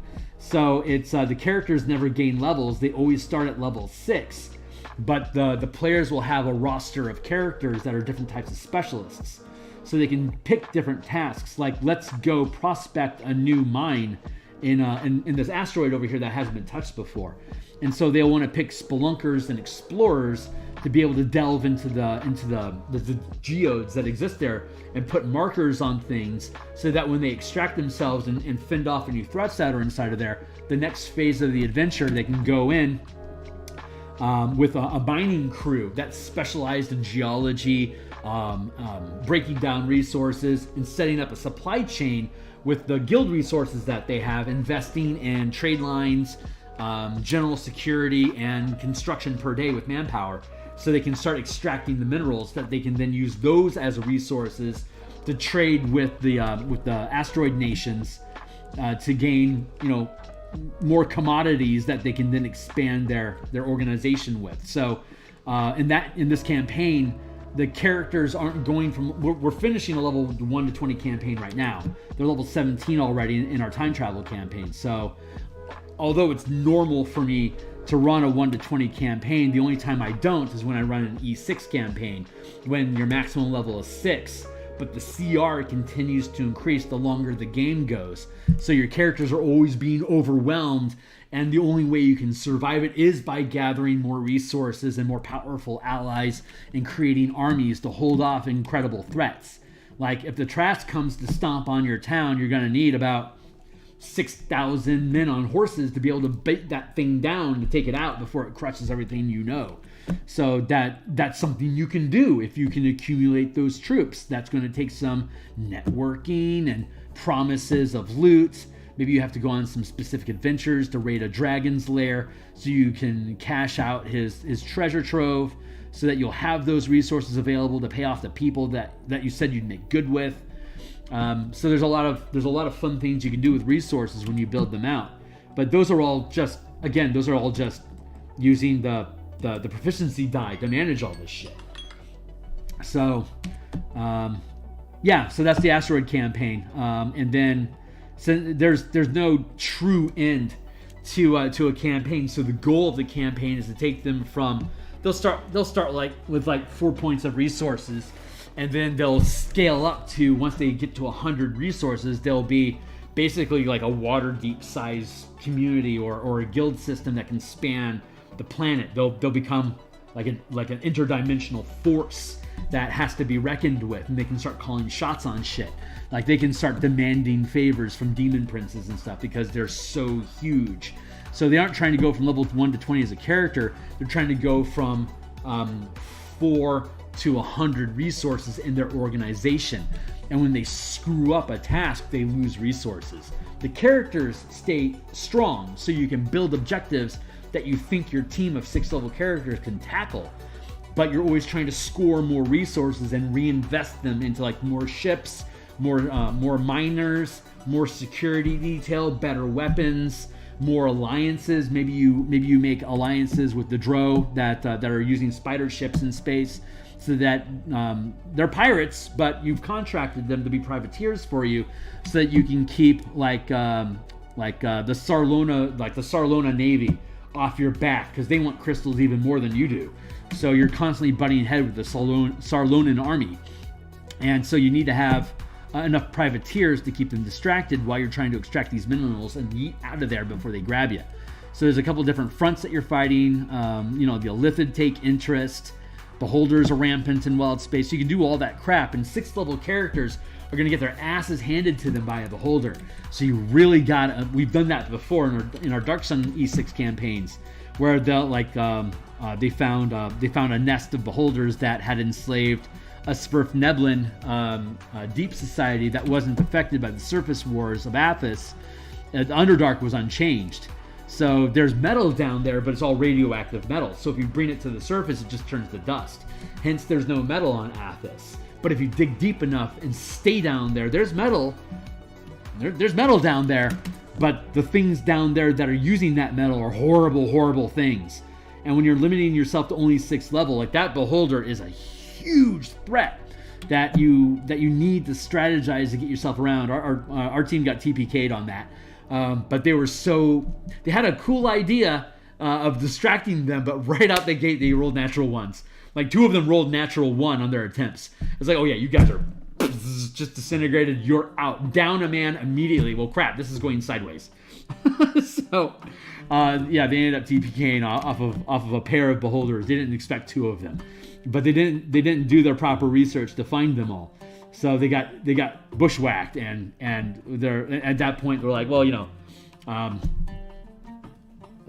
that was the last 3rd edition campaign that we ran in D&D, and then we switched to Eberron for about a year and a half, and played Cypher, the Numenera system. We played Cypher system in Eberron for about a year and a half, and then we decided to take a look at 5th edition, and I fell in love with it, and I've been in 5th edition ever since.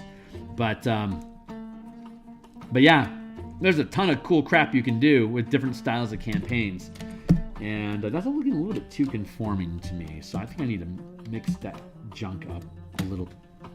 Excuse me, burps. I need to mix that up a little bit. Wrong button, Kearney. There we go. Get back at it. So that's stuff that I have planned between now and 2025. That's my production. Basically, all that crap I've been talking about with the different command system books, Descent into Avernus, Shattered Eberron, Planescape, the Asteroid Campaign, all this stuff. This is basically what I intend for my pipeline, assuming that one D&D is worth a crap, and it doesn't just fall apart on us. Then this is my production pipeline plans that I'll be doing here on stream with you guys for the next 2.5 years or so. So if you like this conversation and you're new to the channel, hi, my name's Phil. I'm doing my mid-journey plug. Jump on board with me, because we design. This is the shit that we design. We build books out of it. We hire smart people to help me write it and edit the stuff. We'll do layouts here on screen. We're building all the maps for the adventures. We'll do all the interior art, the page dressing. We'll drop it all into PDFs. We'll publish it, and then it'll be 100% free for you to read online at the DMsGuild. And if you want to buy it, God bless you. But if you're not convinced, play a 1 to 20 campaign with my crap first.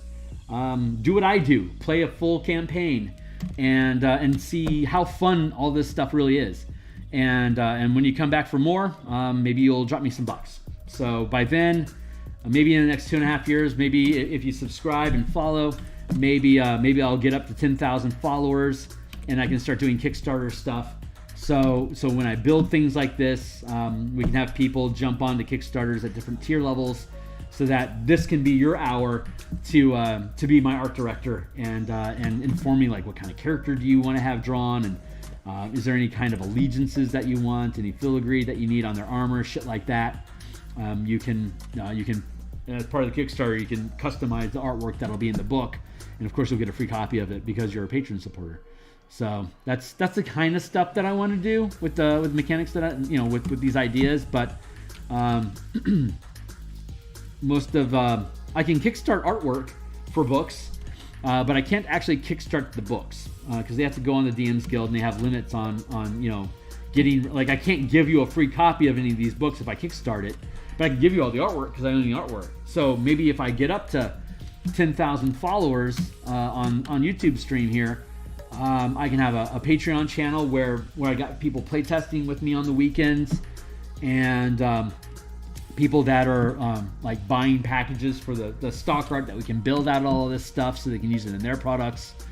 And if you're a Kickstarter backer, like, you can be the art director and call the shots on what art's going to be in the books with me, and like be a partner with me in creating the artwork, and then you gain all the artwork for free.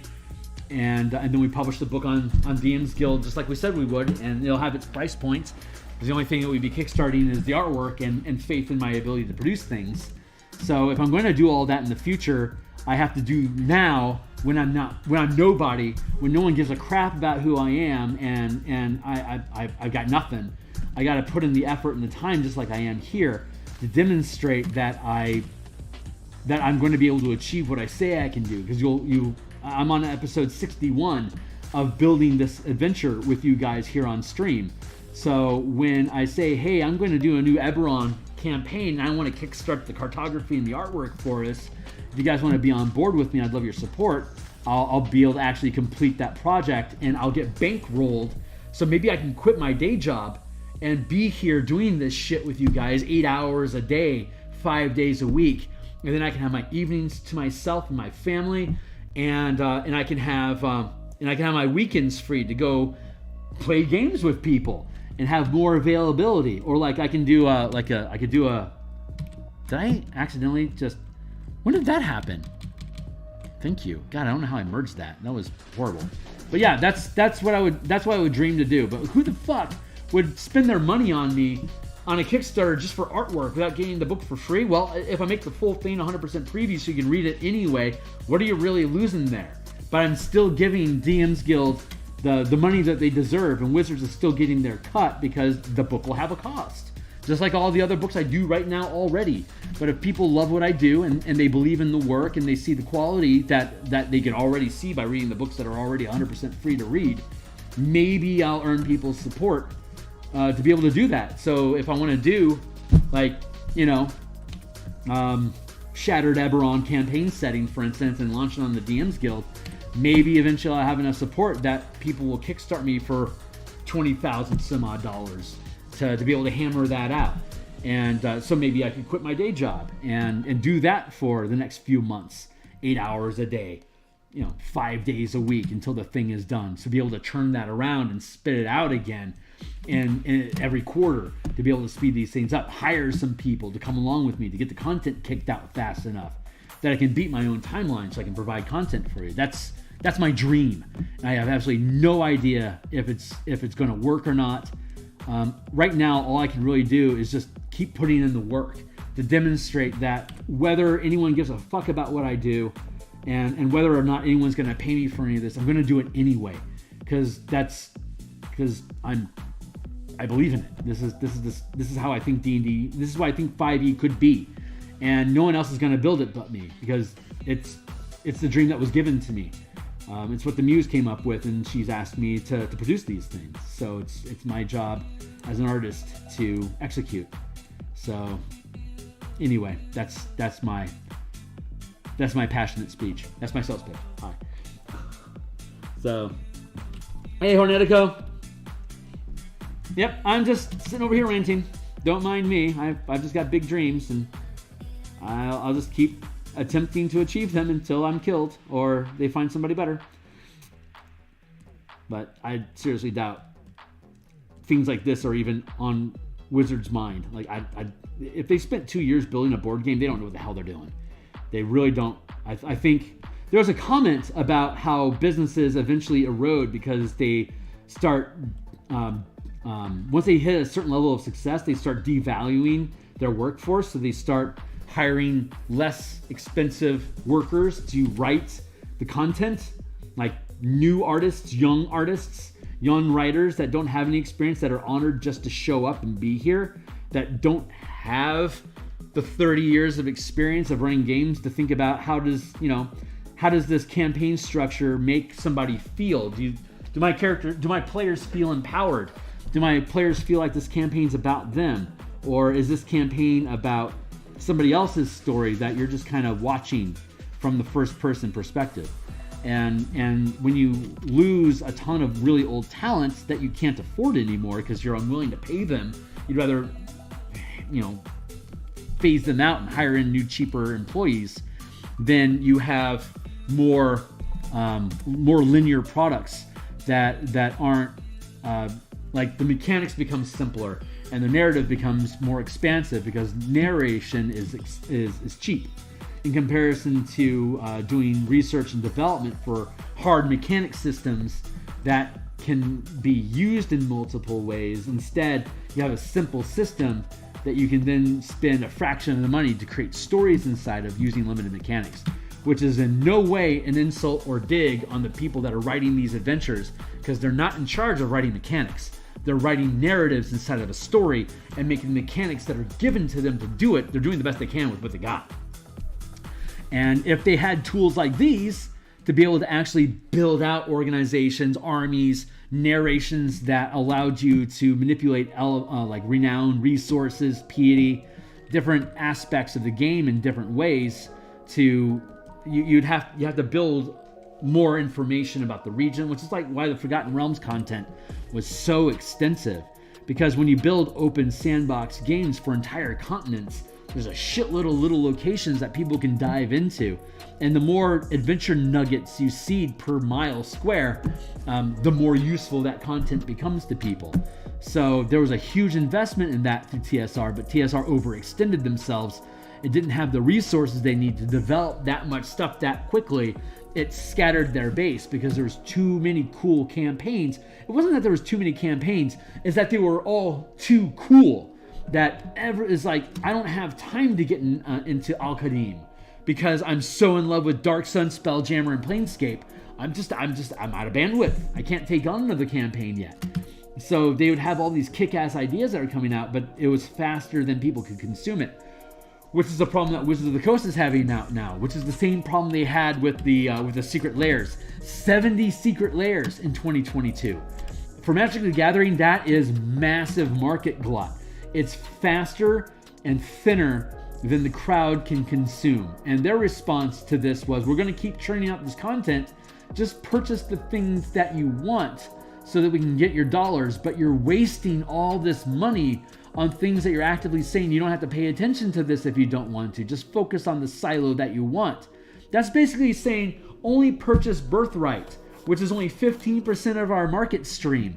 When all these other campaigns we need you to invest in as well, because we are oversaturating the market with ideas.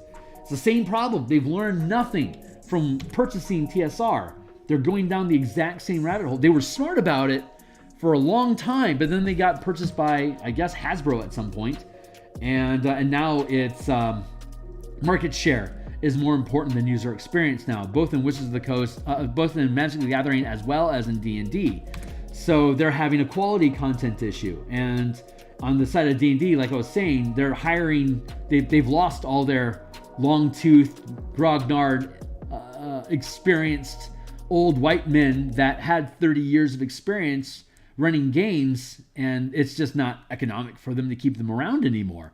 So they get rid of them and they replace them with whatever's cool in culture right now. And, they get smart writers, but the tool set isn't there because they didn't invest in the tools that you need to have a strong game. They only invested in the stories. So the stories don't provide the tools that you need for the DM to be able to, well, we just finished Storm King's Thunder. What do we do with the next 7 levels? I have no idea. Because all I know is how to read an adventure. I don't know how to actually build a campaign. I just know how to run this adventure. Is there another adventure? Well, I guess we're just going to stop this campaign. And I don't know what, I guess Tomb of Annihilation maybe? Maybe there's a way for us to bridge from Storm King Thunder into Descent into Avernus. Okay, great. Well, what are we going to do with the last 5 levels? Well, fuck. The only thing we have out there is, I guess I guess Tomb of Annihilation. So I guess we put the Tomb of Annihilation in Avernus someplace. Does that make sense? No. It's you have to create tools that can be used so that people stick around after they get done with your content. That's how you build retention. They're gonna finish that campaign someday, but they want the rest of their tiers. They want to get that. You offer them 20 levels. They want 20 levels, and unless you educate DMs on how to run 20th level adventures, there won't be any 20th level adventures. And it's people like me that you have to turn to and say, hey Phil, how the hell do we run a 1 to 20 level campaign? Well, stick around for the next 200 hours and maybe you'll glean the information. Otherwise, you have to try. You have to get in with a team that's going to be willing to stick around long enough for you to screw up often enough to finally get it right. And then you can start, outsourcing yourself to other crowds. It's like, this is something I can offer to you. I can put out a call. I've got like almost 7,000. Like, how many hours do I have in Roll20 right now? Hold on. Now I feel like bragging. Give me a second. You shouldn't be paused. Yeah. Let's see. How many hours do we have on Roll20? 6,738 hours so far. So, yeah. So, members since 3/9/13. I run a lot of campaigns. I've had hundreds when I put out an application. Hey, I'm going to run a 1 to 20 campaign. It's going to be an Eberron. Here's all the other games that I've ran 1 to 20 campaigns. I can do it in 15 months. Are you going to be around for 15 months to dedicate yourself to my table? Because you're going to be the short link here. I don't have anywhere else to go. When I build a campaign, it's because I plan on playtesting content that I'm going to produce. So it is absolutely my interest to stick through what this campaign is. It is my goal to do it myself, so that when I build the campaign, I know what to look out for. I know what choked me up. I know how to open up new options, and I know how to make things curve into each other. And so like this Eberron campaign, this Eberron adventure that we're writing, I ran like 4 teams through it. I've done a lot of adventuring with it. At least a couple dozen hours running different scenarios inside of different pieces of the map. So I've had an opportunity to see a number of teams run through, and then I can outsource it. I have a couple other DMs that are running it, and so far everyone's pretty happy with how it sits. So all that shit takes time, and you got to invest in it to have a quality product. So I like to create things that I use, and then take that experience of using them and turn them into toolkits. Here's how you can build a time travel campaign. Want to play a time loop Groundhog Day campaign? I'm currently at level 17. We start at level 1. There's a couple really cool tricks and trades that you can do with that stuff, and you can build out really interesting combat scenario challenges and danger rooms. A lot of missile tag, things you get hit once you're dead because you just reset and you have to try again. You can set things up like other people are trapped in time loops with you, but they wake up at different points of the day. So sometimes you can get the drop on them, sometimes they can get the drop on you. So there's a lot of you can have corridors that can move through space without time, like teleport, but you have to actually physically move from one location to the next through the astral plane in a limited time corridor.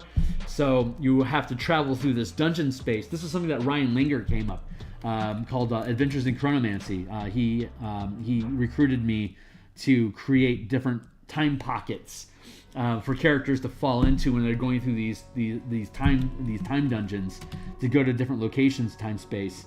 I built all these phase spider nests that while you're going through these tunnels, they're all webs. So while you're trying to go through this webbing to go down the corridor, you've got phase spiders that can't be killed. You can kill them, but their corpse dies and an egg sprouts up from it, and they crack out of the egg and they rise back up and they grow in size and they attack you again. So if you kill all of them and they're small, you can use gust of wind to punt them away from you, so you have some running room. But you can't kill them. You can only slow them down by killing them, or outmaneuvering them, or pushing them away with various spell effects. And depending on how old and how strong they are, depends on how much of a challenge it is. So if you want to have, you can like Metroid style, you can gatekeep different time locations by putting them behind enemies you cannot kill. They're too powerful for you to kill where you're at right now, but if you die, you just get reset back to your waking point. It's like, well, can't go down that path, we better pick someplace else. There must be a way for us to get around it, or I need to accumulate enough skills and resources for me to be able to come back here later when I'm stronger. Metroid style. You get the bomb, you get the Metroid bomb effect. Now you can blow up the floor and drop down to new dungeon levels. Until you get the bomb, you can't get there. So that's a very, very old school Nintendo style system. Legend of Zelda is that way too. You can only access different dungeons, like if you have the flute or whatever. And time travel campaigns, time loop campaigns are really good about doing that sort of stuff. And it's a really different experience because you're not worried ever about losing your character. You're just constantly going through danger room, escape room, danger room,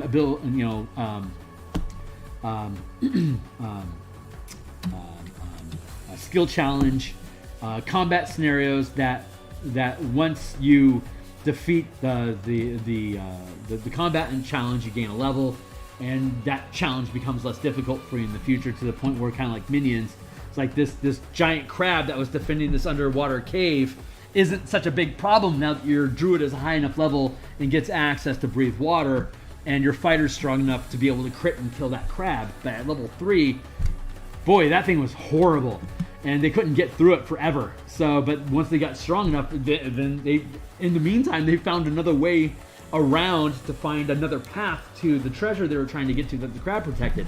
So in the end, after they got all the resources that they needed to actually be able to beat the crab, they realized, well, if we just go do this way, it's actually faster. And the crab became pointless. So it was only an obstacle for as long as it needed to be. And the treasure that it was protecting was needed for the next leg of the adventure that they were going to be spilling into. So even if they decided to fight the crab or they found a way around it, didn't matter. They ended up with the resources that they need to be able to push on to the next phase of the adventure.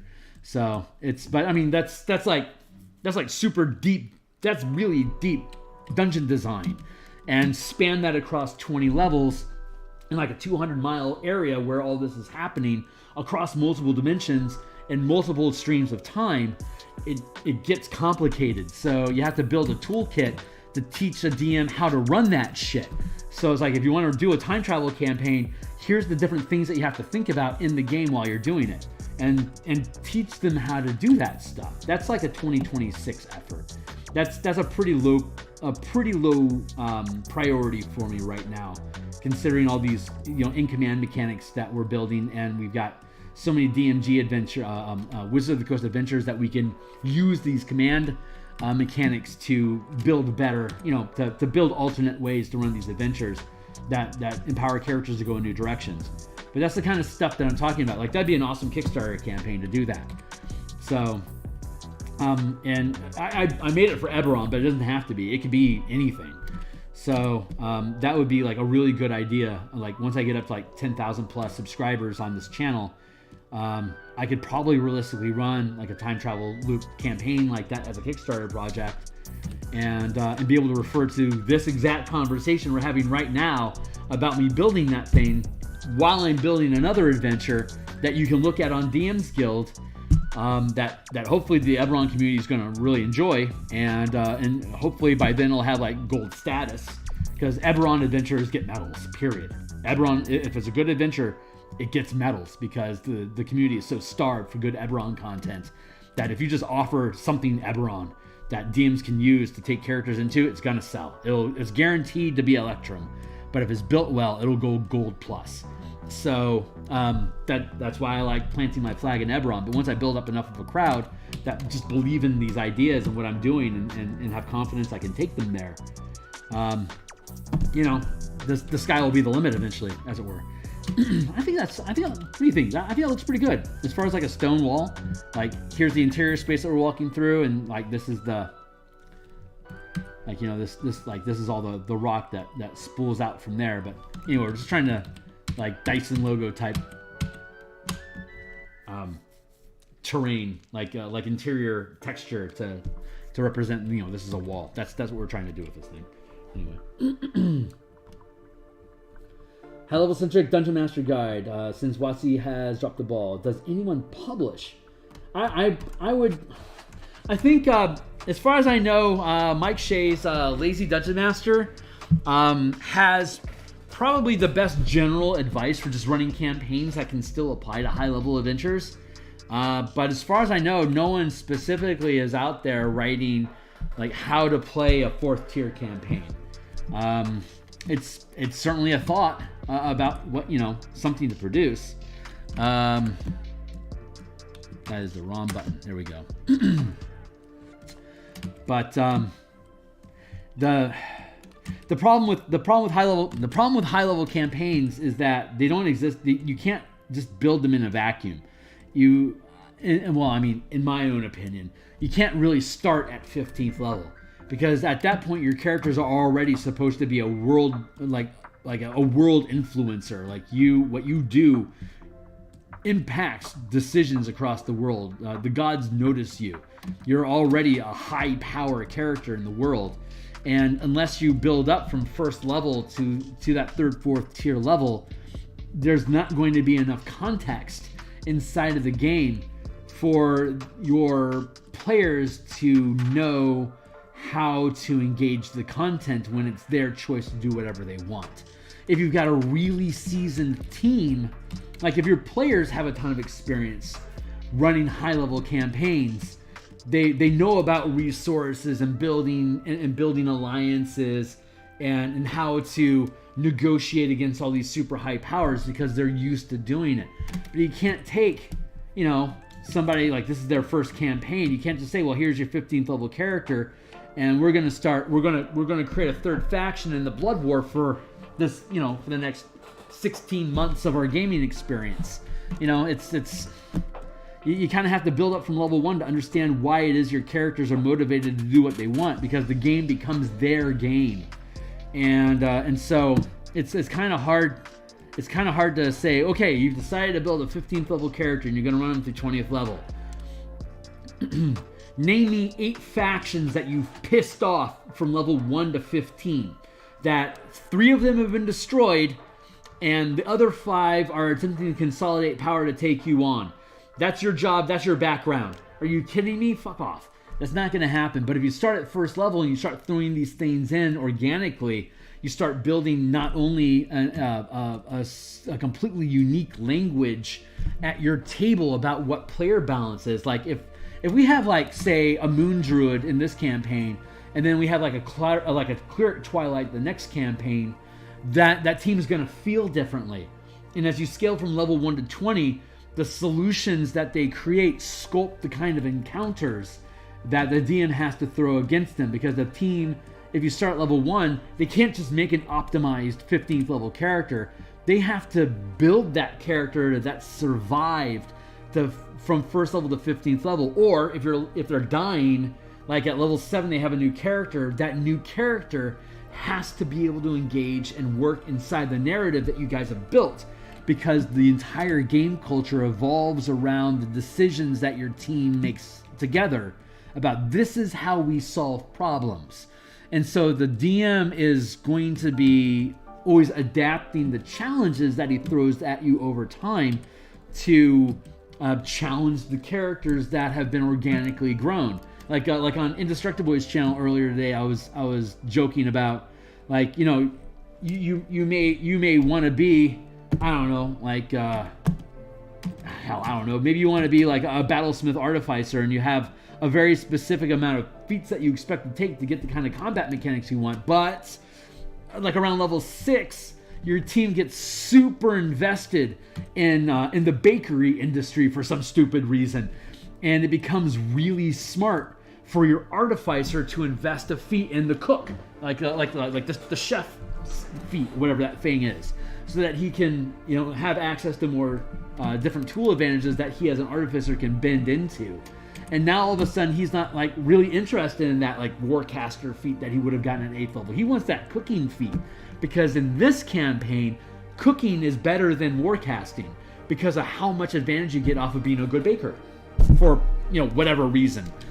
Each campaign is completely different. You have I had in one of my campaigns, my character stayed in town for 2 levels building a cobbler shop.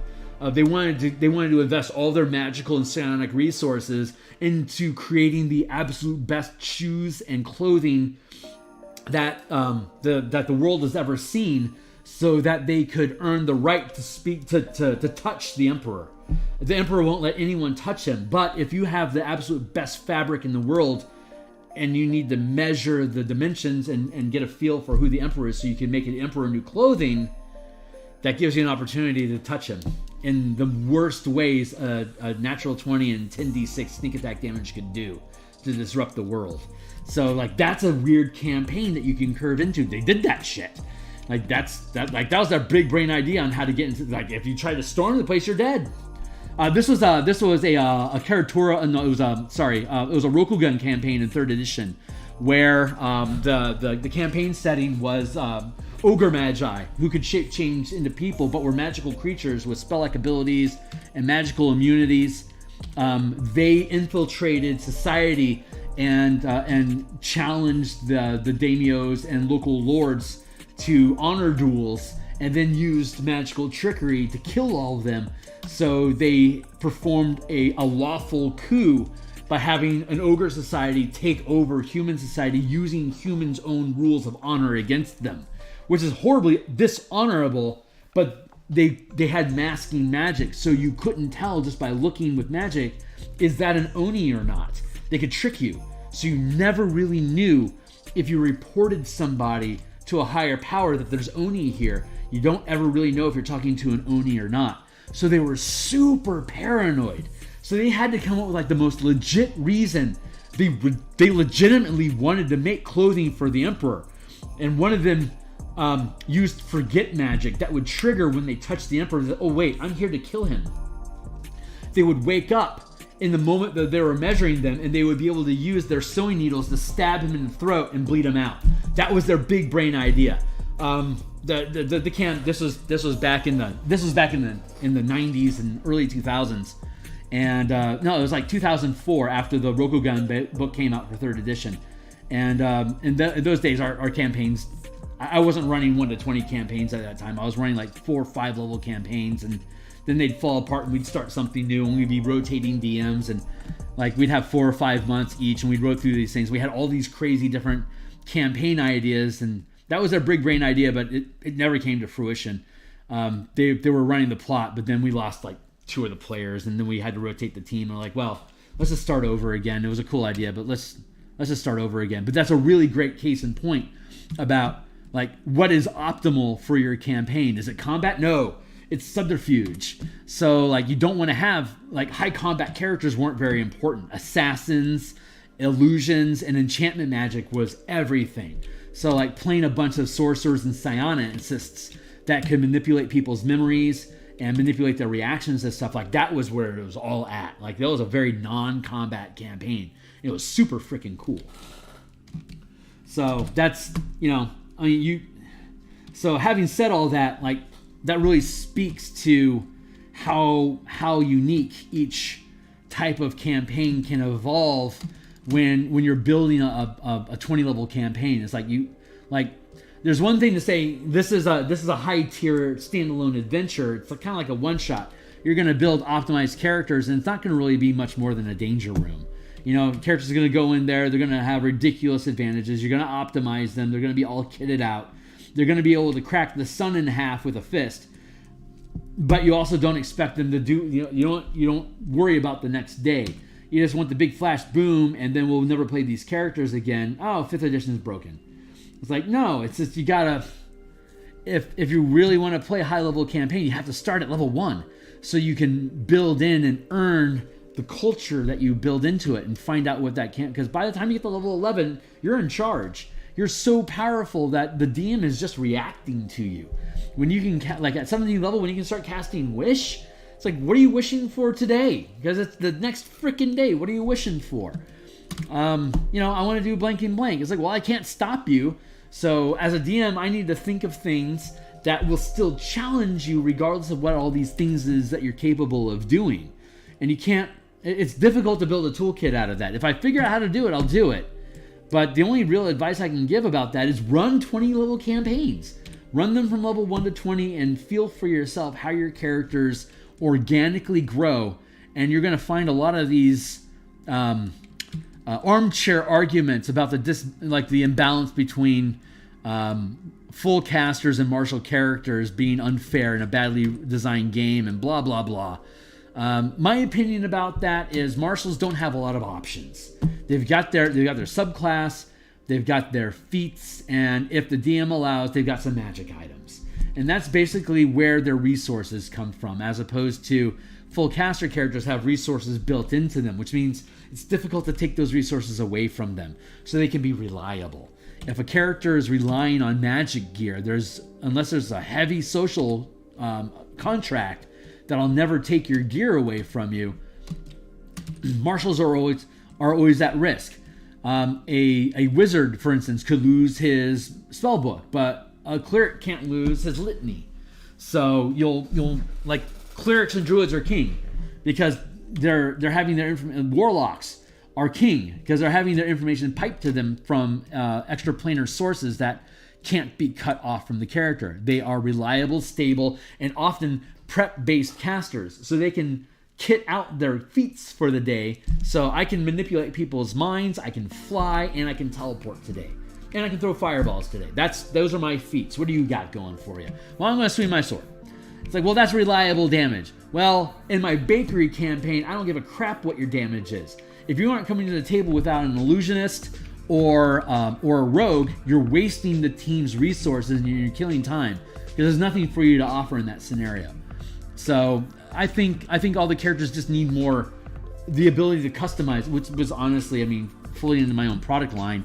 That's a lot of where this martial power system came from. It's different from magic, but it's giving you a mana resource that you can spend to create effects. A lot of them are combat based, but there's also a shitload of them that allow you to boost ability checks so that you can become reliable in executing skill checks, which is incredibly useful for martial characters. You can gain and then gain advantage and then gain stat boosts and inspiration to skills that you spontaneously kit into. Today I'm going to have diplomacy, insight, and perception, and I'm going to be the face of the party, and I'm going to try to infiltrate this place. And I'm going to be able to dump 5 or 6 points of mana into boosting my die roll to add like 5d8 extra dice worth of proficiency bonus, keep the highest 8-sided die. So I can hit that 25 DC that I need to be able to snow my way in through the door so I can start exploring the space without anybody asking me about it. Oh shit, it looks like we're running into traps. Well, I'm going to have to burn maybe 4 or 5 points of mana for me to kit out detect magic and like disable device, using tools, and then giving myself advantage and skill boosts to be able to successfully do that silently. So you can become an interesting infiltrator by burning your mana to use instant pump effects that affect your die roll when you roll the die. So that's like a very different way of approaching it, but those are kind of resources that spellcasters don't have. Like you get borrowed knowledge and bardic inspiration and flash of insight are the best options that high preppers can provide for you. From the Lorehold School in Strixhaven, the Bard from Bardic Inspiration, and the Artificer's Flash of Insight. Those are very limited skill sets, like very limited boosts they can provide to ability checks. But if you have these on-roll instant effects that you can build into these powers, then you can kit out your skill monkey to be whatever it is that you need. And if you use the fail-forward method of adventuring, where you don't care if they succeed or fail, they're going to get something useful that they can then creatively come up with a new solution, then you're always pushing the team towards their goals. It just becomes, how are they going to achieve those goals? It becomes a different project for them to advance through. So that's what I mean by marshals need more resources. Like, they just need to have more opportunities to manipulate the environment around them, and there needs to be a stable resource that you can scale with multi-classing, which is where that whole martial powers thing is. My next, by the way, pitching for a second, like and subscribe, and on Monday, lunchtime, I will be continuing the martial powers project and working again through the power paradigms and how focusing on a specific aspect of a power paradigm, what kind of advantages that can provide for your character if you choose to do that. So that's what we'll be doing on Monday.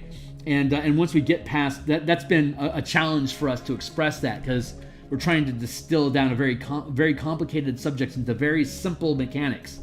And so far, it's been a worthwhile investment. And I think we've got it figured out. So it's just been a matter of like how do I simplify it so it's not difficult to grok, but still has purpose. Like not so simple that it's pointless, but not like I've been trying to make it overly complicated.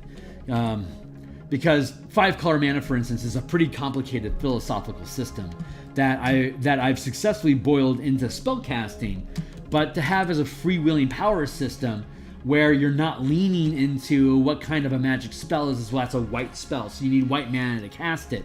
This is more like you can have any color that you want. The effects won't change.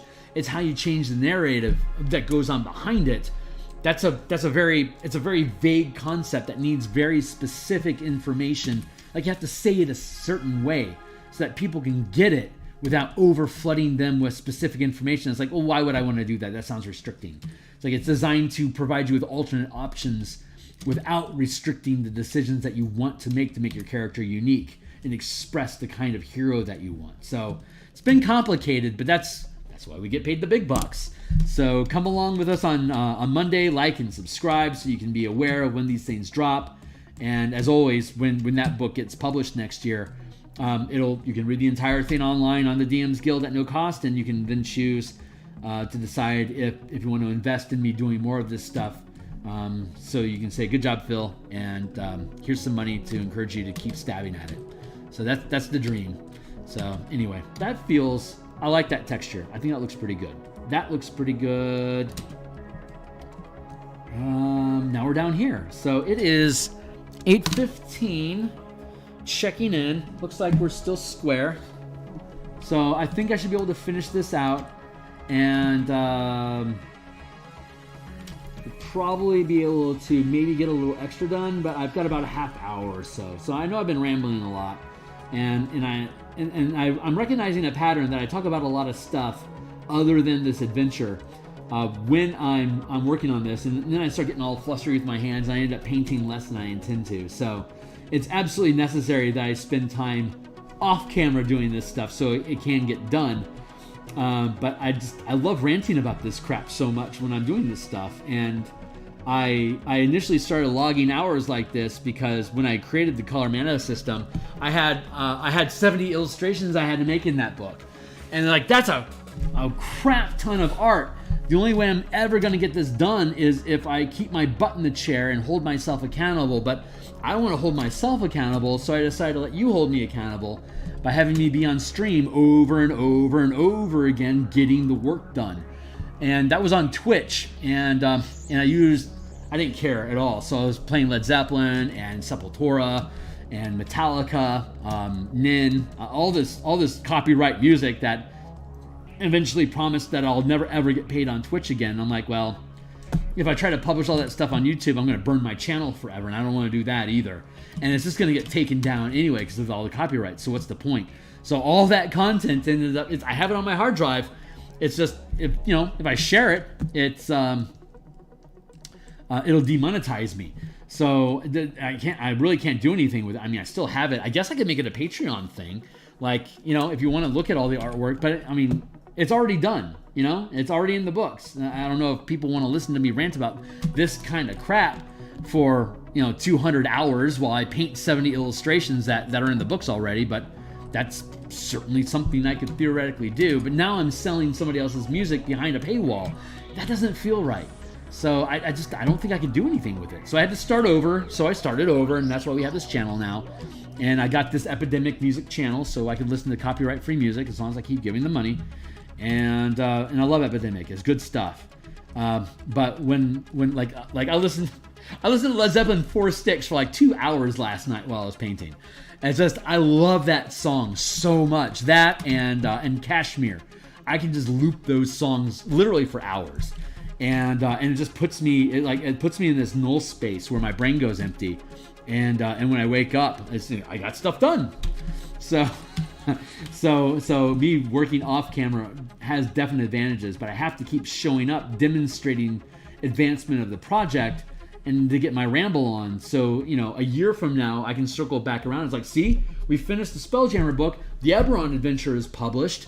Now we're working on the Dragonlance thing in Guilds and Kingdoms, and this is the kind of adventures that I create, and this is what we're going to do to that. So you have Light of Zaraxis as an example. You have my dungeon, my Eberron Adventure as an example. This is the kind of stuff that we're going to build for Dragonlance, using my in command of squads and armies. So, stick around and like and subscribe and support me on Patreon and buy my books that are linked down below and support me, because I don't know anyone else out there that's even attempting to give this to people. And I do literally mean give it to you, because you don't have to pay for it unless you value it. But paying for it says do more. So that's probably enough of a pitch for now. I'm ramped. I'm honestly, when I talk about, I guess I talk about this shit so much because it makes me excited and it keeps me tapping, it keeps me pushing pixels. It keeps me showing up. And I love saying I'm going to do it and then doing it and then nailing it when I do it. It's like I said I was going to do it. I said I was going to do 8-ball corner pocket, clean hit, sunk hole, won the game, grab the cash, get the booze. That's how I want to run and play. And being here, I'm calling shots on streams with you guys. So, oh shit, text. Speaking of martial options, hey yo, I recently figured out a fun interaction in the martial powers involving a life-stealing, returning throne weapon artificer. Needless to say, I have a new NPC now. Holy crap, that's awesome! Yeah, the lifelink sustain powers and the lifelink strike ability. I like doing it as temporary hit points. I don't like healing off of hits like vampiric touch and shit like that. I like granting temporary hit points, so that the amount of mana that you dump into the lifelink effect caps. Like if you're only putting 3 mana in and you're second, and like you're in the second rank, like you're level 9, you're rolling d6s and you have a max cap of 3 mana. So every time you hit, at most you can do 3d6 dice. That means at any given time, at best, you can pick up 18 temporary hit points. And at 9th level, that's nice, but it doesn't break the game. Like all the mechanics that I have in the martial power system is aligned, so it's never quite as good as Bardic Inspiration. It's never quite as good as like what's another example of something? It's not as good as superiority dice for a battle master. Like this is a very liquid, free option system that lets you do a ton of crap. You can kind of pick and choose how you kit your character out, but it's never better than any of the individual subclasses that are focused on specific things.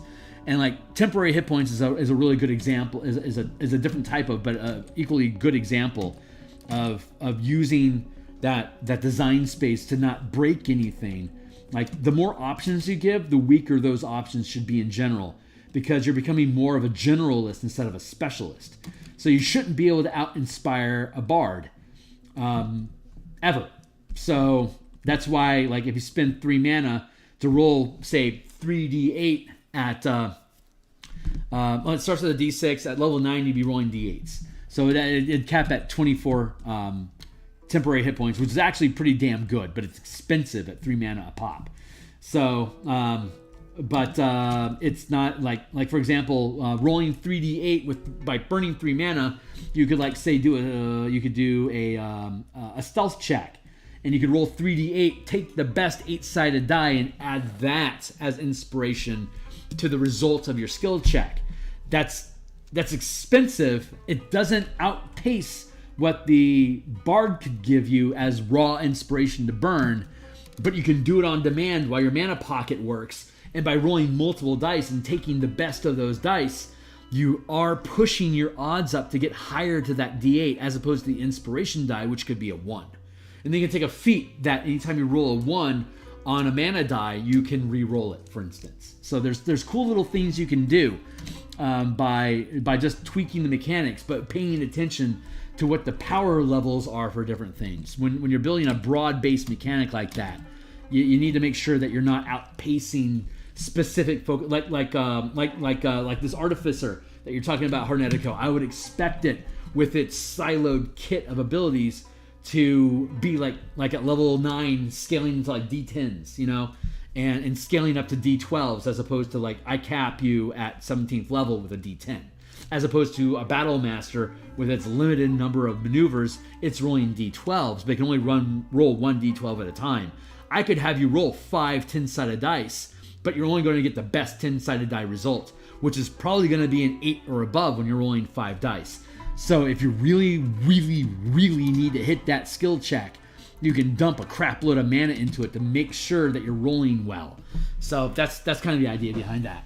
But that, again, that's a game that's like hardcore deep mechanics, like knowing your shit, knowing the system, knowing what's outscaling stuff. Like you can take like almost everything that I have in that system exists somewhere else inside of the game in one form or another. I'm just bending how you use the mechanics, but the mechanics themselves are sound.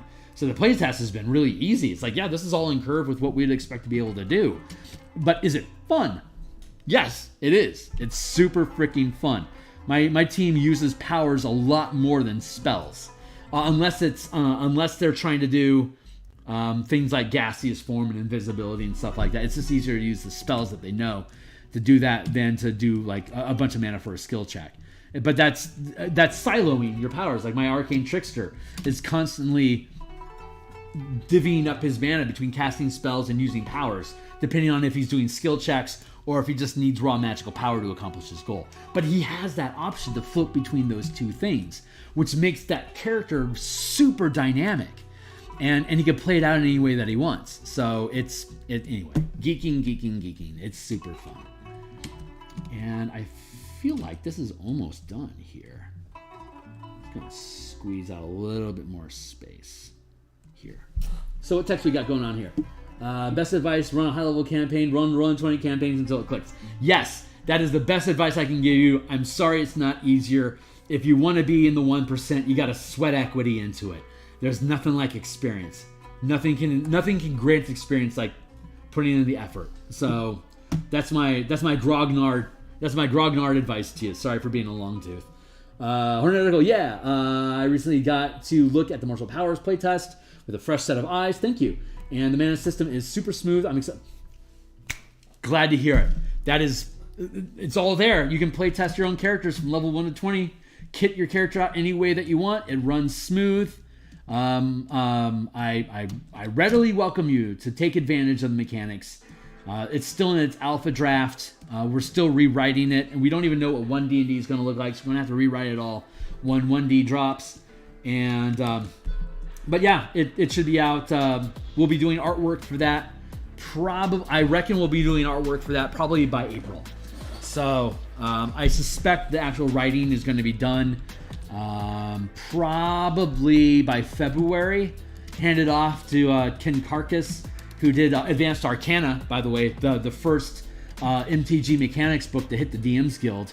And he's just a great guy. He's a very sincere, good guy. So I'm thrilled to have him on board with me. He helped me in editing the core mechanics book that's linked down below. So he's a good go-to guy, and he's genuinely excited about the projects that I build too. So he's a really great partner. And so he's going to be doing the edits on that. And when he gets, I reckon, assuming that everything stays clean on his timeline, no fault if it doesn't, but current speculation is I can hand it off to him in February, and he'll be able to punt it back to me in April, which means I'll be doing layouts and then artwork for the book in April. And God, that's going to be exciting, because this book should be, these will be done by then. So this and the Spelljammer book will both be done by then, and they'll be off my plate. And then I'll be able to focus on the combat mechanics, guild, squads and armies, in command of squads and armies, and then the Martial Powers book. I'll be working on those two things together. The Martial Powers book will finish before the Dragonlance conversion, so it'll go Martial Powers, and then in command of squads and armies with the Dragonlance kicker. And then we'll be probably brushing up to 20. It will probably be like around December 2024 by the time we get done with that. and then December 2023, and then by that point we'll probably have the UA for the bases, the domain system. That's probably just going to be the Acquisition Inc.'s guild system, honestly, which is like a very, very simple version of the not to be insulting, but like a rudimentary system of our guild and kingdom system, which again uses all the internal mechanics that are already existing inside 5e to be able to run kingdoms and organizations as downtime activities and delegate resources towards specialists and crews of people to accomplish goals for your characters that can fold into and run alongside of an adventure, or it can be done outside of an adventure for X style, where you're not actually playing a character at all. You're just running a kingdom, hiring specialists to do ability checks to perform different tasks, and like doing opposed roles using Adam Hancock, the editor of the book, his Balron's Guide to Kingdom Building. You can use his ability score system or his ability check combat system for resolving conflicts between different organizations and nations as opposed roles. That saps your resources if you fail. So, or you can build specialist characters to actually go dive into it as an adventure, perform that, and get more from it than just the resources you went in for. You also get whatever else it is that you build as a result of the adventure, because you're adventuring, which is again what we're going to be doing with the Spelljammer campaign. That sort of dive in effect using 6th level characters only. So, but like you'll be able to get access eventually to like level 9 rituals and stuff, but it'll take like an ability check of 32 for them to be able to pass it. So they have to build resources to create circle magic for them to have a collection of psionicis or whatever channeling power into the ritual caster so that you can hit that high DC number using the power system that we have. So anyway, it all folds into itself. Still want to make a maneuver paladin someday? Yes. Seems like it would be a blast. Absolutely, man. That thing would be killer. And then the only part that confused me was, of course, the phrasing of the paradigm section. But as you said, it's still being refined. We're going to boil that down, like super boil it down to be mechanically advantageous for you to use it, but to be completely optional. So, like, if you want to play a Rakdos character, you'll have access to black and red mana. And that black and red mana has access to different types of damage sources. So whenever you're using a power or some sort of a power that deals damage, depending on what type of mana you're using, you'll be able to basically click select what type of damage you do with it, depending on what type of damages you purchase. So you pick the mana that gives you a menu of damage types, and then you can purchase into those different types of damages. So like instead of like spending a power to gain a feat, like you might be able to like spend prepare the ability to deal force damage, and that'll cost you one of your powers to do that. But you could also use your powers to pick up like Great Weapon Master, Polearm Master, and Sentinel, and then force damage for black mana and red mana with Rakdos. So that's like out of your 6 powers, you just spent 4 of them kitting out your paladin to just be a beast whenever you're dealing with close quarter combat within 10 feet of you, dealing force damage to your enemies, and that leaves you 2 floating powers that you can then put into, say, like a knockback effect, that when you hit them you do smite damage and you push them back using force damage, using Pam, Great Weapon Master, and Sentinel all together. So you completely specialize your paladin to be a control zone, and like maybe you have like a gravity field effect that when you hit somebody, things get pulled to him. Whoever that target is, like everything gets centered on him, so like he can take flak damage from like a catapult spell and stuff like that. Anyway, we can kit all that crap out, but that's like the idea. So diving in deeper and deeper, but that would be and then you have like your aura of protection around you. God, you'd just be like a flotilla, like a floating, like you'd be a giant defense platform that is just like creating these zones of control around you and dealing damage to people if they enter your space. Freaking cool. Just freaking cool. So yeah, I would absolutely, man, explore that shit. Be welcome. That's why I put it up there for people to explore. But yeah, that's how simple the paradigms are going to be. Like if you're going to use the elemental paradigm and focus on fire, like fire for instance, well then you're going to be doing fire and electrical damage, fire,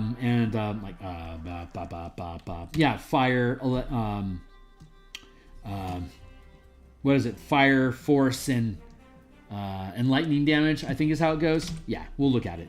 But we're building that stuff out. But, it's different types of damage are advantageous against the different types of enemies that you use, which is an extension of the section. It's like once you start adding paradigms and characters can select the kind of damage that they deal when they deal strike or use maneuvers, then the DM has to implement powers for their creatures so that they can burn like legendary actions and legendary reactions to try to gain resistance to the 60 some odd damage you just pumped of force damage into that enemy. It's like, well, he's got a number of powers he can use himself that the character can make like this goblin be like a super stealth assassin, while this other one is like a trip master, they call him Johnny the Wolf because he's always tripping people. Shit like that. But you can modify minions and bosses and support characters by just allocating different powers depending on what tier they are based on their CR. So you can just spontaneously create different creatures just by having a kit of different types of powers that align. Like if you're fighting Frost Oni, that if they're using a sustained power, that when they hit you, it causes you to lose, say, your bonus action. That creates a unique encounter, as opposed to like if they hit you, your speed is halved and you're at disadvantage on attacks. Like one could use one way, and then another one could use a different type. So you can differentiate between different groups of Oni by kitting them out differently like that. So, but that's important because if you add these systems in, the DM needs to have fun tools too, but they can't be overwhelming.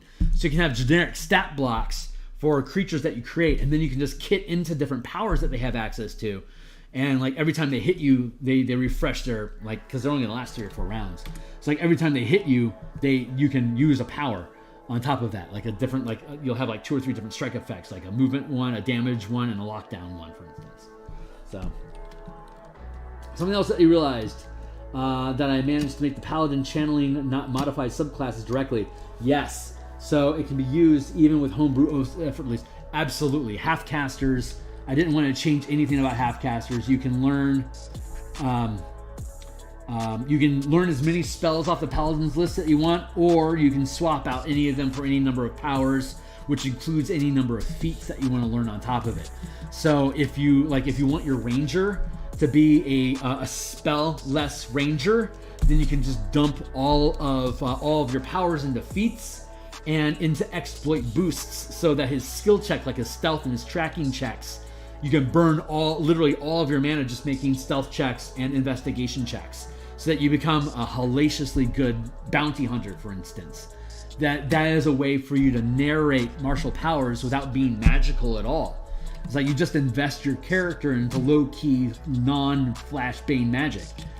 That is like magic. It's just a power that they have. It's just an ability. So you can go high magic, low magic, depending on how you end up narrating these things, which is also going to be a section of the DMs Guild, narrating martial power, and how you can sculpt the flavor of campaign based around how you introduce what powers are available. Like I can have asterisks next to high magic stuff.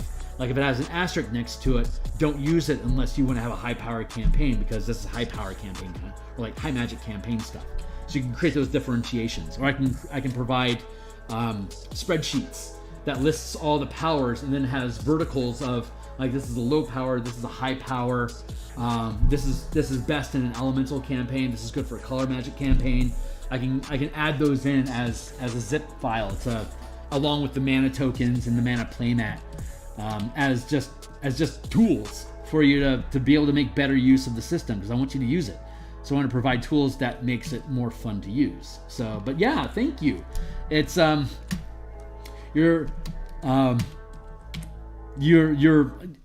thinking like that tells me I'm doing it right, because I wanted to inspire you to think of like, if I want to make a Boros paladin, that has white and red magic, what kind of crap would I expect Boros to be able to do, and what powers can I select, and what feats can I select from my menu of 180 some odd options that is going to make me feel like I'm playing a Boros Swiftblade, or I'm playing a Boros Reckoner, or I'm playing a Goblin Boros Banneret. I carry my banner around with me, and all my buffs are about improving other people's options. Like I take all the maneuvers that grant other people actions, for instance. Kind of like a Vanguard without stepping on Terran space at all. Just approaching the idea of a Vanguard as a structural concept instead of a class concept, which is, I think, a really big difference between like me and like Ross and Ben Hoffman and Terran. Like they focus on hyper specializing a specific narrative for like, this character is good at doing this sort of thing, and here's some kick-ass mechanics that lets you do that. And my approach is, here's a massive list, and if you pick this, and this, and apply it to the Ranger, you could be a Blood Hunter. Like you could do anything, any Witcher stuff, anything from that Blood Hunter class. I have it standing out specifically, like these are all Blood Hunter abilities. If you want to play a Blood Hunter, you can switch the mana and apply it either to the Paladin, Rogue, or Ranger, and you can completely change the feel of a Blood Hunter just like that, but still have access to all the curses, all the boosts, the mutagens, all that crap is still there for you to use, and you can mix and match them. So you can become Blood Hunter Plus without having to cut yourself first. So which is, I think, what's so fun about being on that server is like we both want to create really cool narratives, but the mechanical approach is completely opposite. Like I don't build classes. I build tools that multiple classes can use to change the flavor of their narrative. And one's not better than the other, because none of the stuff that I do is better than any of these individual like none of my boosts are better than the Dancer. The Dancer has its super focused specialization, but you could create a Dancer by taking different maneuvers from martial powers to create a dancing character and have a narrative of being a dancer, but it won't have the support specialization that Terran built, for instance. So it's looking at, that's what I love about 5e, is that you can create a challenge for, I want to express this idea as a character, and what tools can I build to express it, and classes and subclasses is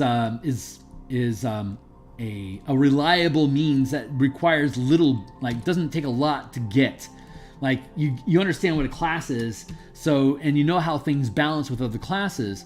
So when you look at a new option for a character class idea, you can kind of grok, does this thing work for you or not? But my stuff is like, I'm building entire systems that multiple classes can use. So you kind of have to look at it a little bit. It's like, how does this feel if I build that? And that requires more buy-in, honestly. So I kind of have to have, I really kind of have to do things like this stream to rant and rave about how cool this crap is and show you stuff. So you can be like, yeah, actually that is kind of cool. I kind of want to check that stuff out. And that's how I build support. It's a very, very, very, very slow grind. But as long as I don't, eat any babies on camera or anything, or, pledge my allegiance to the Fifth Reich, then everything should be okay. And the people that stick around with me they're like, all my shit's super long form. So when I find my tribe, and I guess you guys are part of it, we'll be able to sit here and rant about stuff and create cool shit, and the end, I guess, for now. Anyway, I've been on hard rant, and I can see that my mouse is a little pissy. That's telling me that I'm coming to the end of my time. So I'm just gonna erase a bit of this and add some of this in, because I don't like how choppy that looks. I'm gonna clean that up a bit. But I'm pretty happy with this overall. It's a little thinner over here. Add a bit in like that. Yeah, I think that looks better.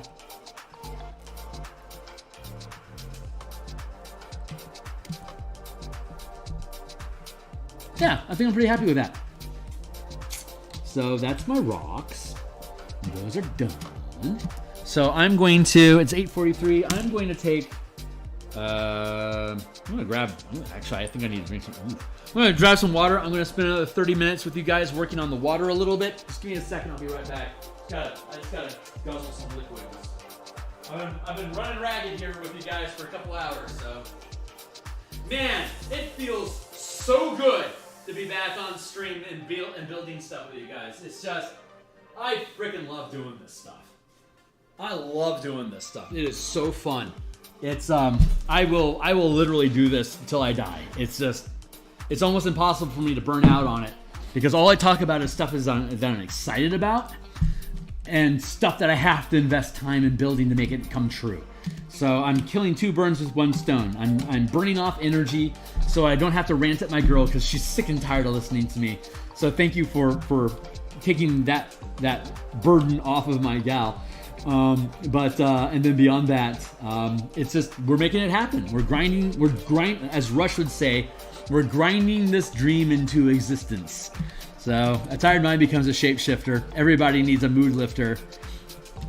If you know Rush,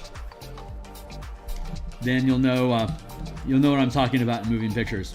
Great album, by the way. If you don't know Rush, get on board.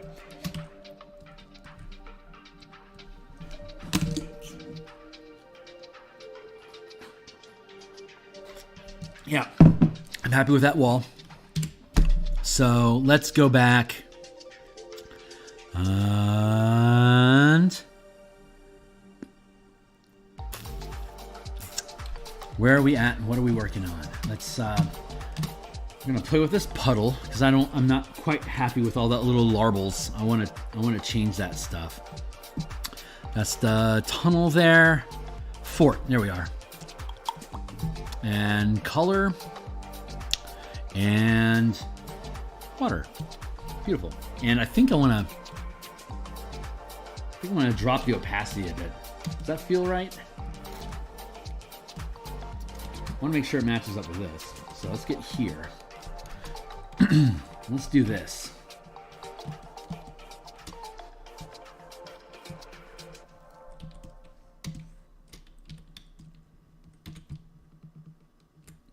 No, let's switch our tool.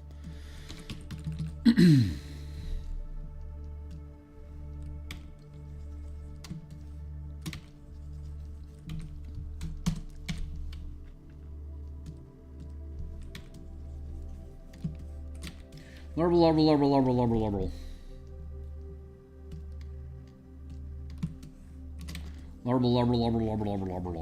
There we go. And then we'll layer this in on top of it. And let's just get back in.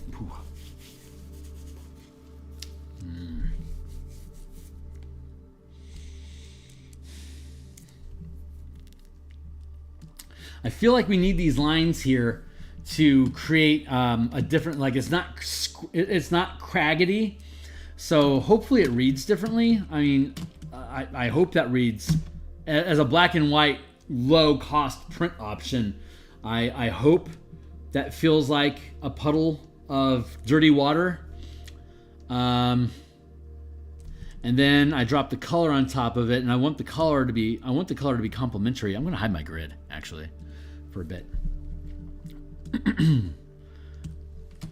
Hoping this reads well, but I think I just need to spend a little bit more time on it, honestly. So I'm going to take that percentage to 50%. I'm just going to sit here and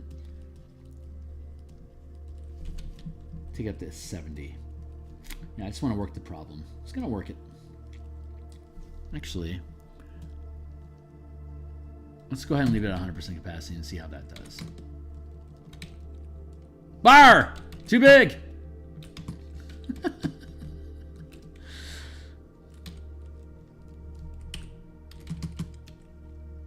Yeah, I just want to work on this water because it just feels, it's messy, but it seems, I don't think it quite, I like the idea of it, but I don't think it has enough language, common language. Like the walls we built, this has a common language that has a consistent look, even though it's different, but we're consistent in its creation.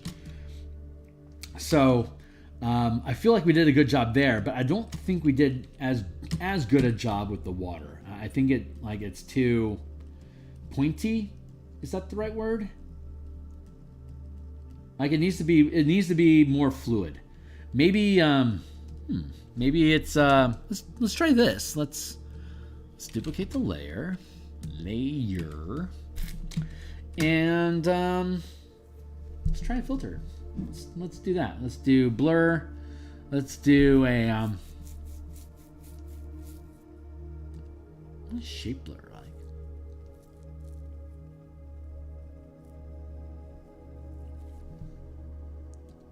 Both.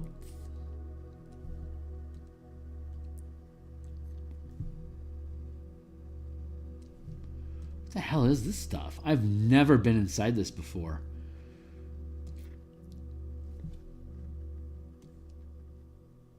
What is the point of this? Interesting.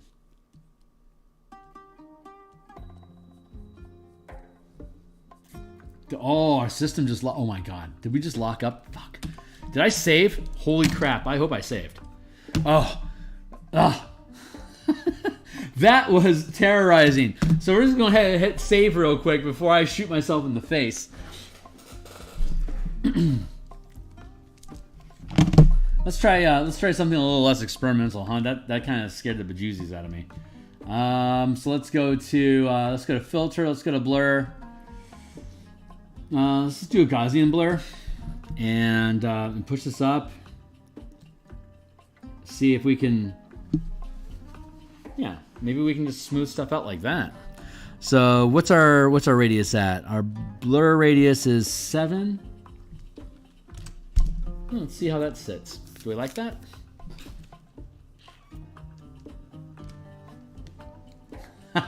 Well, luckily I save often enough that I saved all this work down here already. So it would have really just been me losing this added layer that I dropped in and a couple smudge marks. So it wouldn't have been too bad. But yeah, since firing up stream and seeing my thing lock up, I've become a lot more paranoid about hitting save.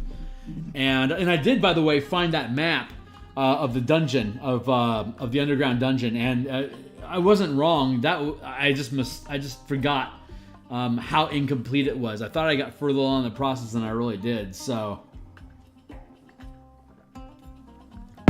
that needs to be worked on some more, which is great. We can go explore the fourth rent, and we can go explore the underground map some more. But this is I kind of like that. That's interesting. Actually, that is interesting. Hold on.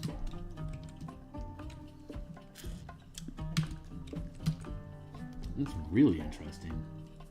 I'll have some more of that. Let's smudge this around a little bit. I don't know how duplicatable this will be, so it might not be a good idea. But here we are. We keep trying, like fools.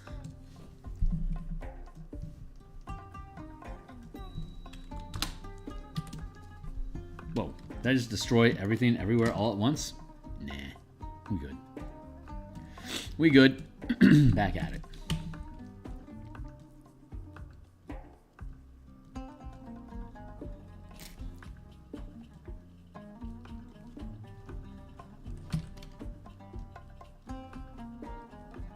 Really? Wow, thank you. Great.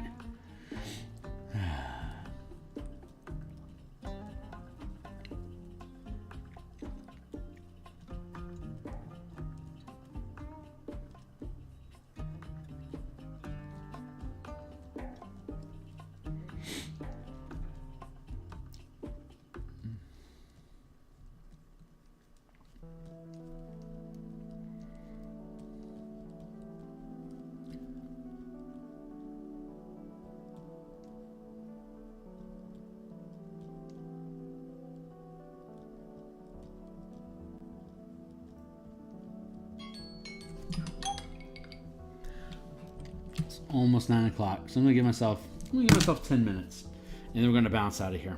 That'll be it for the night. But I will be back this weekend. But we still got 10 minutes left, so let's play out our 10, and then we'll be done. This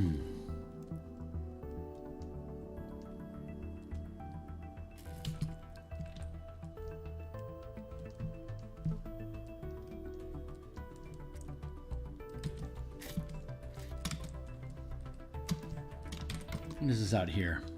Gray tone. Good. I might drop the darkness on that stuff outside there. Like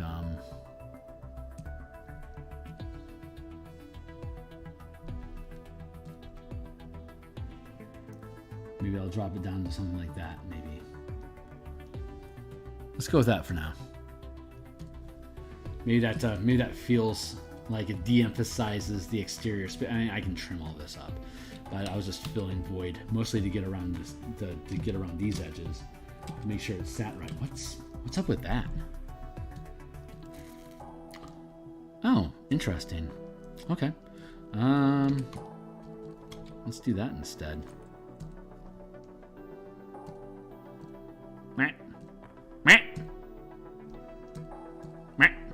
Nope. Hold on. Here.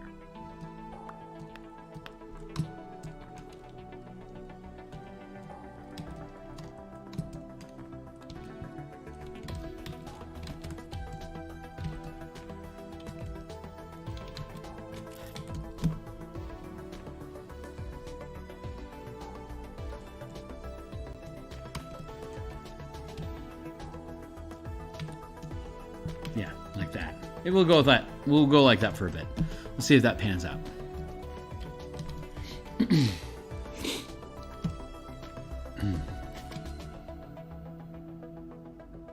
don't know. What do you think? Does that look better or does that look better? I think what I really need to do is start creating the texture on the rock, on the ground.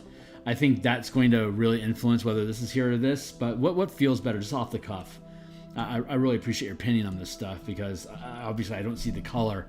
This lighter feels like it's less clashy here, and it adds emphasis to the water as a focal point, and the walls as opposed to here, which kind of makes this more like this, but makes this different. So I'm thinking this is better, and I don't have to obviously decide now, but. It's something I'm futzing with, so I want to think about that.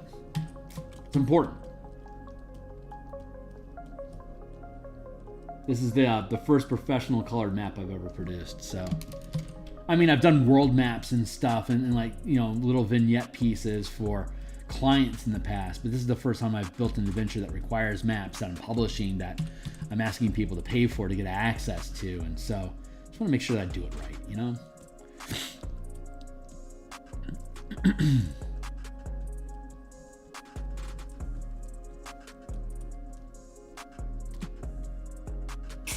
Easier to look at? Is it because is this one like an eyesore, or what is it about? Or is it just maybe it's maybe that this makes the negative space read easier, so you don't have to think about the border as much as opposed to this one, which is a little bit more sane. Is that it?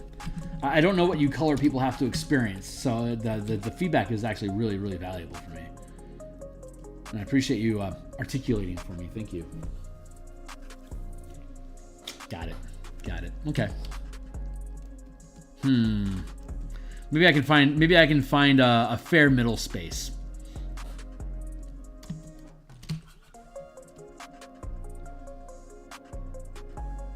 What do you mean otherwise? Because we're talking about two options, so I'm not sure which option you're referring to when you say otherwise. Well, I don't know what it means when you say otherwise it blends together. Like this is dark and this is lighter. So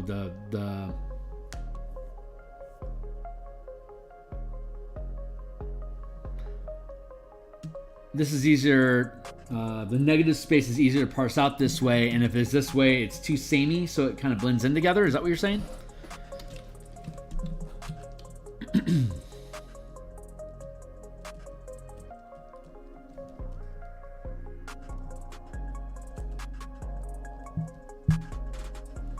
The lighter gray blends into the map more, while the darker gray is less distinct. Oh, for the water. Oh, got it. So the lighter gray actually is the better option. Maybe I just need to Maybe I just need to,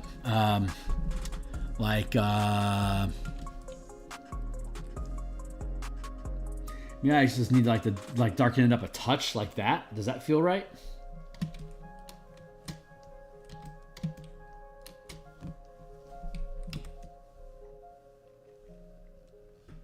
Okay, we'll probably come back and fuss with it a little bit more if you don't mind when you're around to give me some feedback like that. But I think I get what you're saying. So I think that's going to work out. Whoops, wrong layer. Layer. Thank you. Seriously, thank you.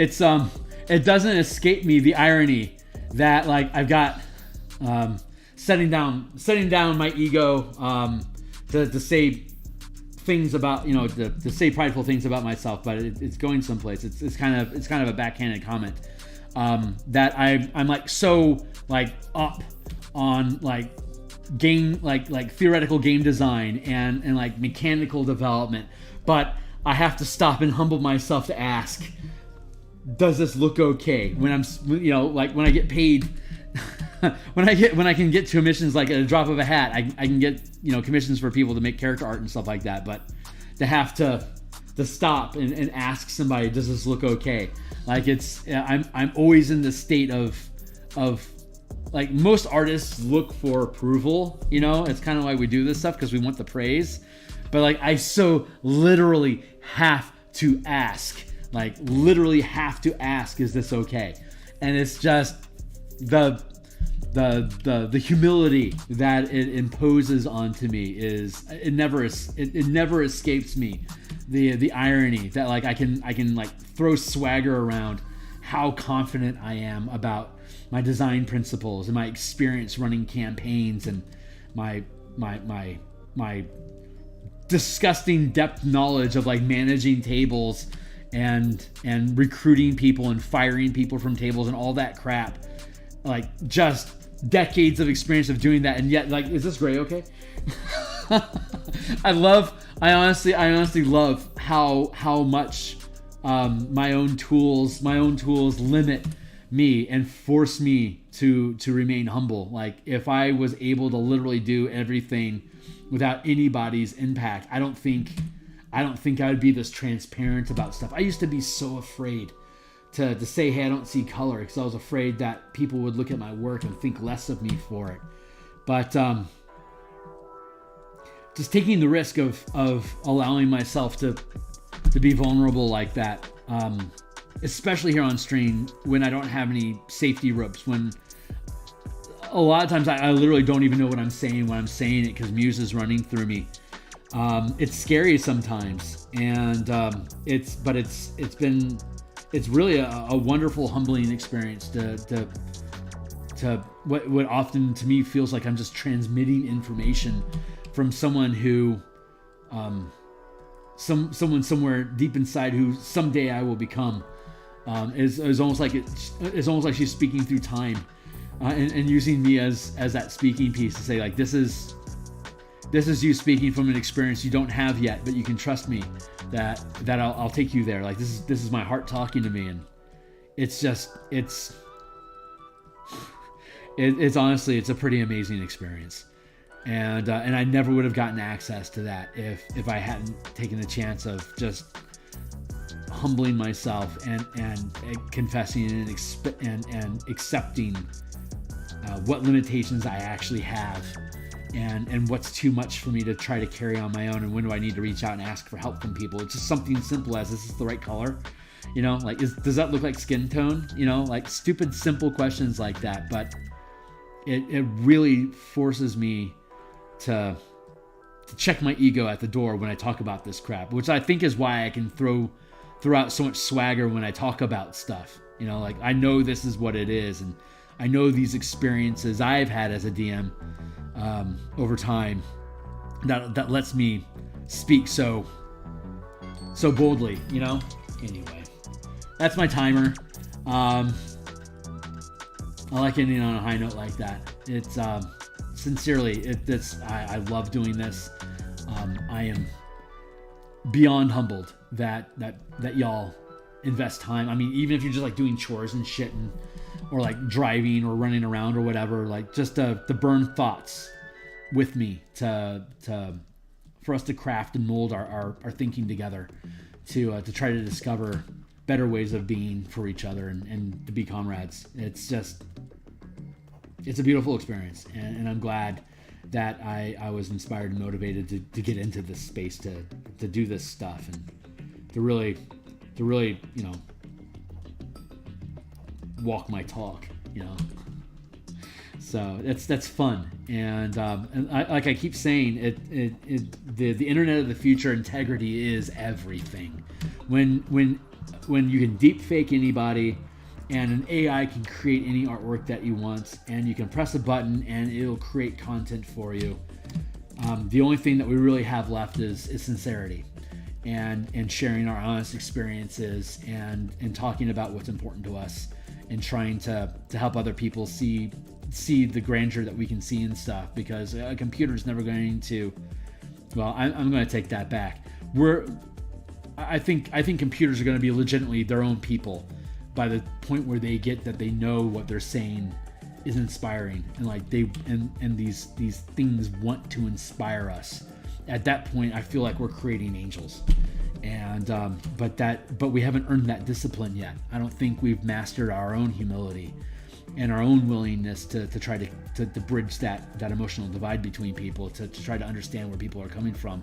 I think that's what we're being pushed into, and what we're being forced to reconcile for ourselves, because the machines that we're building right now, I don't think they're going to have any illusions, and I don't think they're going to be able to lie to themselves. I think they're going to be perfectly aware of what absolute truth is at all the time, and they're going to have their crystal structure is going to allow them to hold that pattern and accept what is for what it is, while we, as these organic children, are trying to wake up and become adults to each other, so that we can respect who we really are, and not really be concerned about what's important to you, but more what values does what you like your translation of what the universe is. How does that cause you to act towards people? Are you becoming more kind as a result of the discoveries you have within yourself? Are you building yourself to be someone that wants to help someone else become a better person? We don't know what's going to be taken from us in the future, and what we're left with. What do we have? What we're allowed to keep with us and to continue forward with? What can we do so that however little we have left, how can we sincerely use that to help make the experience of other people around us better? That's some heavy shit, but that's what she's pushing through me right now. And so this is me honestly just trying to squeeze a couple more pixels in before I go. But I thank you. I guess I had to disappear for a while to honor my father's passing, and I had to leave town for a while, and I didn't really announce that was going to happen, because that wasn't how I was honoring the space. But coming back from that and being able to pick, like, it's like the Zen Buddhist koan, Koan, like parable of the old man traveling with a backpack of rocks, and he sets it down and then he picks it up and continues his walk. Like, that's it. And it's really saying about, like, when you have an opportunity to sit down and reflect for a moment what it is that you carry with you. Are you when you pick it back up again, does it burden you further? Is it a heavier load now that you're aware of how crushing it is? Or does it give you an opportunity to make peace with what that weight is, so when you pick it up, you're ready for it, and you can carry it just a little bit further than you did before? That's kind of how I feel about this experience this past week for me with my family. Is I felt like I had an opportunity to set down what I thought my life was going to be this month. Something so simple, just this month. It's not like it's not like my kidneys don't work anymore, or I got cancer and I'm going to die in 3 months or something like that. It's just, I was forced to take a break to respect somebody that that instilled a lot of energy into me to be who I am now, and it was an opportunity for me to be able to step down and respect his passage. And so when I return to this space with you all, and just get back to work, just get back to work, you know, it allowed me to appreciate. Wow, that's crazy. It allowed me to appreciate where I'm at. So anyway, rattle, rattle, thunder, clatter, boom, boom, boom. That's where we're at today. So hey, I'm gonna take off. That's my bit. So yeah. All right, hit save. I'm out of here. I'm going to be back tomorrow morning. We got more sharks to draw. I'm hoping to get the scaver art done in the morning. I have Friday night with my gal. I should be around Saturday morning as well, and I'll be working on more Eberron maps. And then I'll be off on Sunday, and then back on Monday working on scaver art. I've got a play test that we're looking at running on the 15th on Thursday. I'm supposed to fire up a Discord for my playtesters. So once that Discord is launched, if you're in my crew, if you're on my quick list of people, I'll throw you an invite to hang out on the server with me. And then Monday lunch will be Martial Powers, and then Monday night will be more Eberron artwork. So we got stuff in the pipeline. We're just gonna pick up our backpack and keep going like we did before, after we had a chance to set it down for a moment and respect what came and went. So thanks, Renetico, man. I'm super deep metaphysical touch with Phil. Right on, man. Trying to multitask between watching the stream and keeping my family's cat from eating the potted plant. Right on, man. Thanks a lot for being here. And you know, if you're new and you're stumbling across it, like and subscribe, because this is the work. This is what we do. So I'll see you guys in the morning. Have a great night. Thanks a lot.